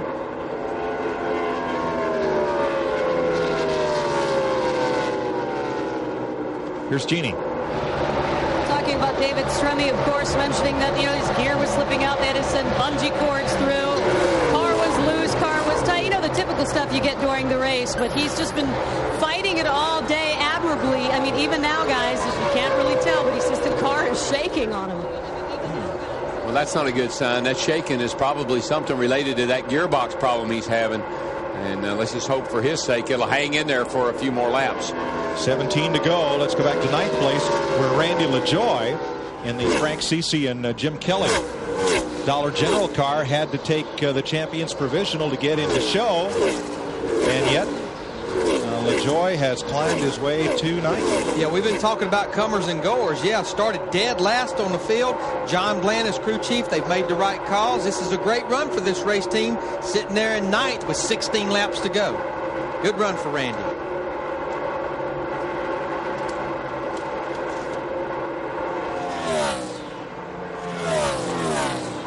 You know, that little bobble Elliott Sadler made about 4 or 5 laps ago off turn 2. He's all the way back to 13th now. Actually, the last car on the lead lap. Yeah, he could never quite recover from that slide job that happened down in turn 2. He had his hands full. And Greg Biffle continues to progress. Biffle is up to 6th. Remember, he restarted 12th. Matt? And Biffle's trying to motor his way back up at the front of the field. The 60 says he has a tire going down. Got a right rear tire down. No caution yet.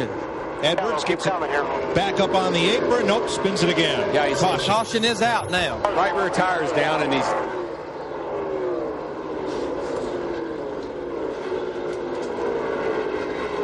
Now, he'll stay on the lead lap. I guess my question would be... Right rear.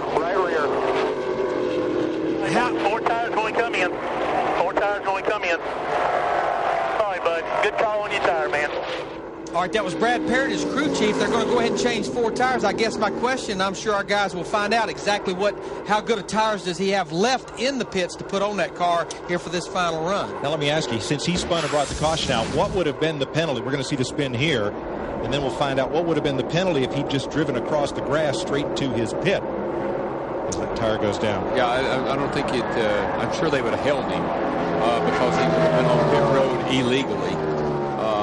That's my guess. Yeah, I wonder if it's tail end of the longest line, or would they hold him a lap? Probably either way. Point because he kept going. Either way, I don't think it makes any difference. What a shame, though, because not only was he the pole sitter, he has been the class of the field all day long.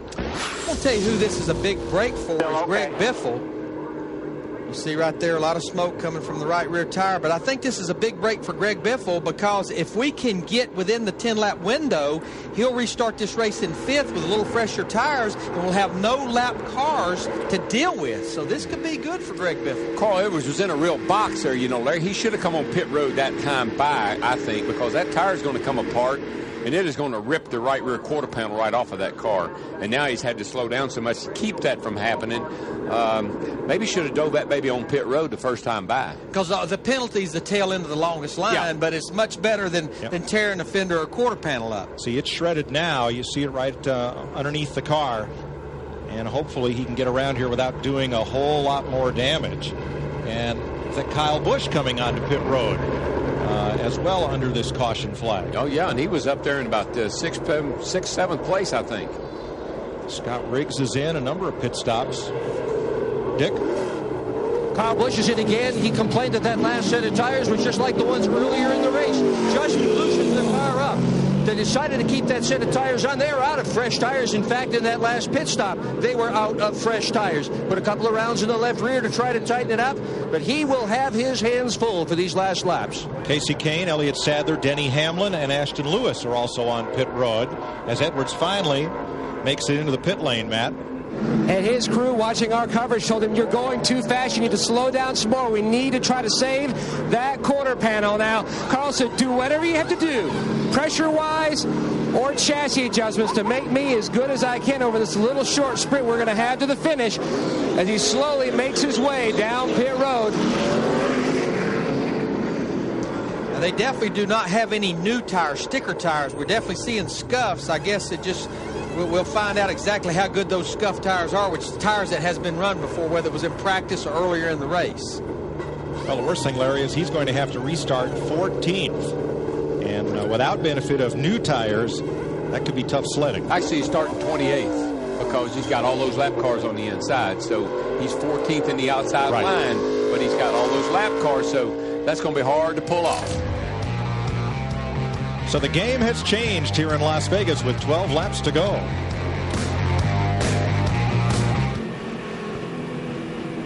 Well, certainly a tough break for the car that was dominating the race here today at Las Vegas. Carl Edwards just wasn't meant to be, I guess, for his first win in the NASCAR Busch Series, but that's the way it goes in motorsports. With about 10 laps to go or so, David Stremme finds himself up front, but he's got that number 9.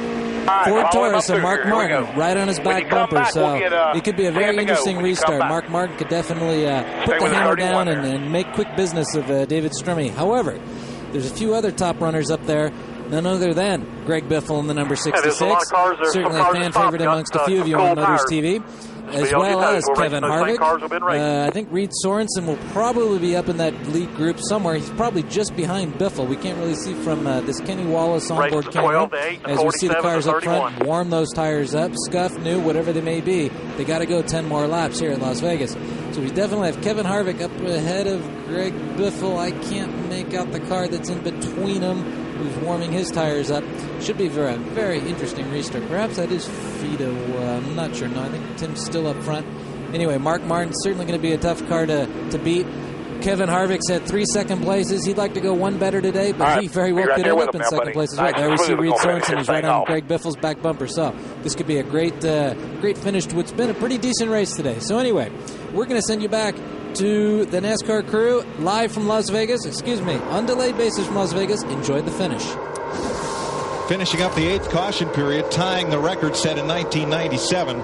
David Stremme, who finished 3rd here last year, is the leader. 10 laps to go. Green flag. He's got to hold off Mark Martin, Kevin Harvick, Joe Nemechek, and Greg Biffle. Yeah, and he's got to get that thing in high gear, Larry, in a hurry, and get that bungee cord wrapped around it, and don't look back. Here comes Edwards, 4 wide on the outside, entering turn 1. He's a man on a mission. He knows he does not have long. He only has 10 laps to go. And Matt Yokin, I guess I'm curious, what kind of tires did he put on Carl Edwards? Got a pass for the lead down the back here, guys. As they're battling for the lead with Martin and the 14, Larry Mack, to answer your question, 18-lap scuffs. There was a U-shaped cut on that right rear tire. Look at David Stremme in that 14 car. He wants this Busch Series win. 9 laps to go. Look at him. We got 3 cars there under our blanket. Yeah, but Mark Martin's been the best on the low side all day. Stremme gives him plenty of room, and he's going to surrender the lead to Martin. And here comes Harvick. All this side-by-side racing may be a benefit to Biffle and Carl Edwards, but they are maybe too far back and have this kind of traffic to get through. That's Edwards in the middle. 3 wide going off into the corner. That will not work very long. Somebody had to give. And it was Clint Boyer in the 2 with Mayfield on the outside. Tell you one thing, Stremme has not given up. He has got to whip out, and he is going back after Mark Martin, and he is driving the wheels off his old race car. Edwards has gained 4 spots on that lap, up to 10th. Nemechek 4th, looking ahead at Kevin Harvick. Stremme's really good in 3 and 4, a lot like Martin was earlier. Stremme really drives down into 3 well and gets through 3 and 4 pretty good up on the high side. Here comes second place Harvick, trying for his 4th runner-up finish in a row. Whoop. It just seems like Stremme in the 14 cannot keep his car on the bottom. He keeps opening the door to these guys, and they keep driving under. I think he's just over driving, really. I mean, he's really just trying to hang on to what he's got, and he's charging down in the corner, and we got trouble. Yeah, Kyle Busch got a little in the back of Dave Blaney because he had a mirror full of Carl Edwards, and Edwards scoots past that entire pack of cars in one move. Stremme will not give up this battle right here for second place. And while these guys are side by side, it's pulled Joe Nemechek, who we're riding with in the 87 car, right into the battle. But Mark Martin's loving this battle because he's driving away from these guys with 6 laps to go. Edwards is up to 11th. Excuse me, he's up to 8th and still coming. 6 laps to go. Reed Sorensen 6th, Randy LaJoie 7th, Edwards 8th, ahead of David Green. Get that 34. A little bit of cheerleading going on from Carl Edwards' spotter. Go get Randy LaJoie, the 34 car. That's the next car he's racing for position. 5 laps to go this time. 3 cars in between Edwards and LaJoie. And the leader disappearing. Mark Martin just ran the fastest lap of anybody on this lap 195. That's about as fast. That's a pretty darn fast lap. That's 33.5 at this point of the day.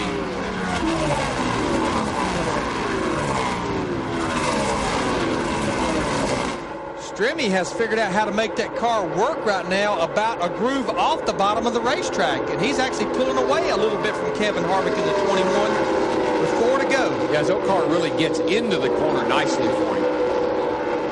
He's a little bit better in 3 and 4 than he is in 1 and 2, but he's got that thing up on the high side, keeping it wound up. And he's able to hold Harvick off.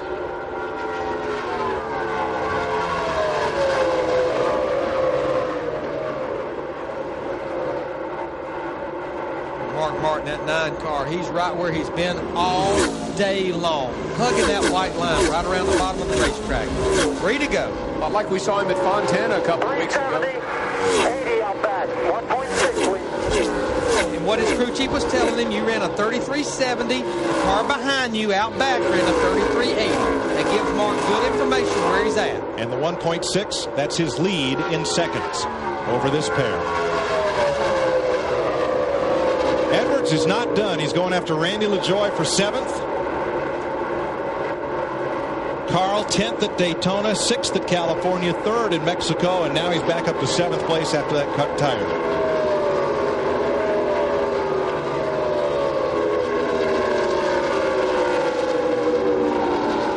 Just ride it out nice and smooth right there. Keep them behind you. And just remember, he came in here 2nd in the points. The leader, Kevin Harvick, in the 21. This will be the last race he competes in for a while. So Carl Edwards, the big picture, the championship. Then Harvick's had a really bad day after 3 second-place finishes. Golly, he'll finish 3rd. He's not ready to give up on that 2nd just yet, though. No, it's white flag, and I know he wants to finish 2nd again today. Well, let's see how it plays out. Mark Martin crosses the line with a 2-second lead. Harvick draws a bead on Stremme, looks low, nothing there in turn 1. I know one thing, our leader, Mark Martin, he has almost a 2-second lead. But these 100,000 people are all waving him on this white flag lap.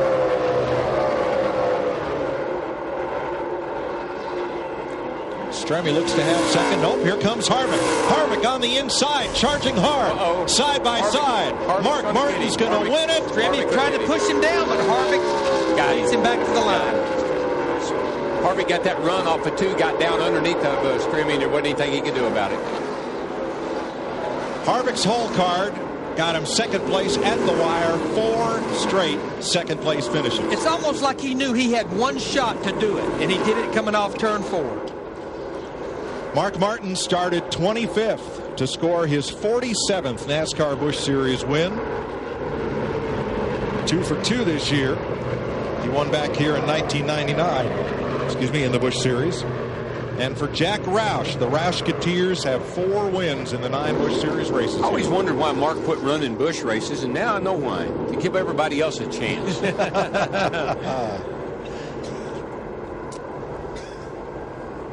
Let's show you that finish for 2nd place once again. Yeah, this is Stremme's been running a little high, left the door open, and Harvick got him a great run. He gets down under him, and when he cuts it to the bottom right there, Stremme knows it's too late. I can't do anything about it. But that's still, David Stremme drove his tail off today, and he did a great job. By the way, happy birthday to my Lisa's husband, David, back home in Franklin, Tennessee. Joe Nemechek 4th, Greg Biffle 5th, Reed Sorensen 6th, and Carl Edwards 7th, ahead of Randy LaJoie, Clint Boyer, and David Green. There is Jack Roush, who gets his 11th major NASCAR win in Las Vegas.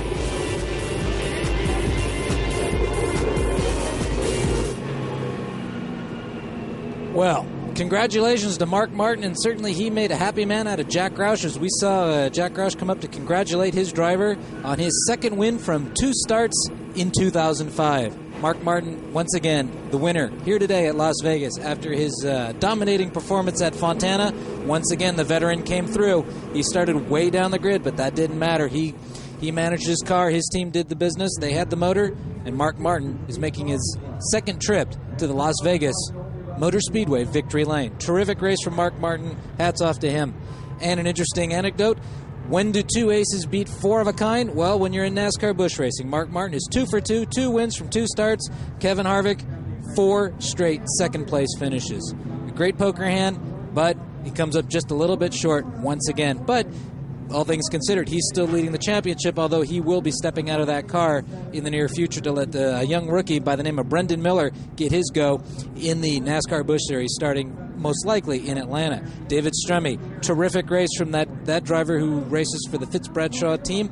Came home a strong third place today. Looked like he could have held off Kevin Harvick there at the end, but Harvick just had too much horsepower in that Chevrolet his to get around the car of David Stremme. Joe Nemechek, front row Joe. He didn't start out front today. In fact, he started way down on the field, but Joe Nemechek, the veteran that he is, he battled. He figured his car out, and he came home for a fourth place finish ahead of Greg Biffle.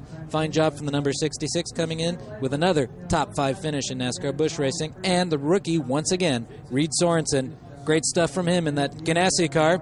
Carl Edwards, the hard luck award goes to Carl Edwards today. He was dominating all day long, had the same power, had the same setup as Mark Martin, had that tire go down, but he battled back in the last stages to recuperate a pretty decent 7th place finish ahead of former champion Randy LaJoie. Clint Boyer did a good job in 9th, and we can't close out the evening without saying that, yes, number 27, David Green, a former champion, rounded out the top 10. So, that'll do it for me from Motors TV tonight. Thanks for joining us for another terrific NASCAR Busch race. We'll see you in the near future. Back out at Saturday, Mark Martin winning his 47th career Busch Series title, and Steve Burns is down with him in victory lane. Steve?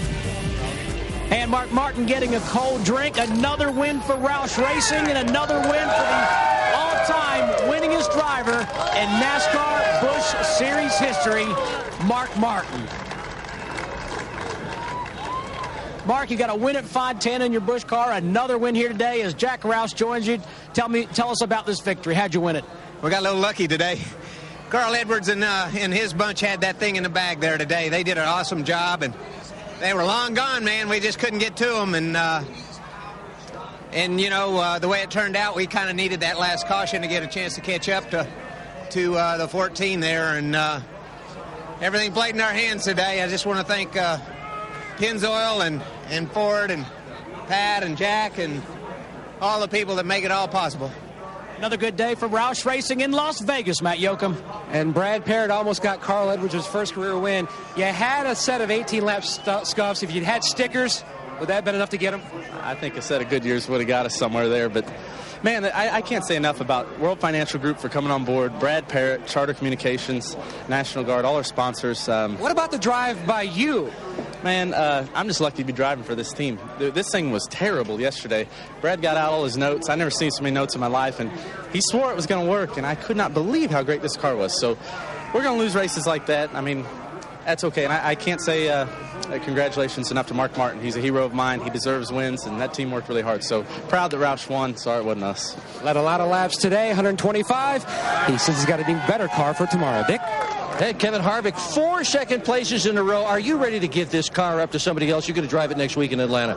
Yeah, Brandon Miller's going to drive it next week in Atlanta. But this Reese's Chevrolet has been awesome at the start of this year. We just haven't been able to crack down on a win yet. But it's hard to complain about 4 second place finishes. So the guys did good all day. Congratulations to Mark Martin. He's just got by David. And I want to say congratulations to Armando and David Stremme and this whole Navy team.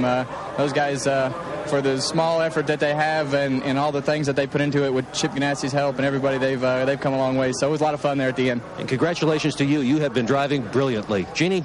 Well, last week, David Stremme saying, I don't remember getting out of the car. I bet this one is memorable. I'm listening to you complain, but I got to tell everybody that bungee cord never made it into the car. They meant to send it over the wall, so you were working the gear the whole time. Yeah, this is my bungee cord right here. I was having to run one arm, but my car, it wasn't as tight, or it was too tight there at the end of the race. It wasn't as good as what I needed, but I didn't really want to race this car here. My California car got a little tore up when Jamie and I finished here at the end, but again, this whole Navy team's doing a great job, and I'm just happy to run good for the men and women of the Navy, give them something a little hooting and hollering about. So last week I was a little ill, and my stomach's still not quite right. I'm just all week been kind of having to watch what I eat.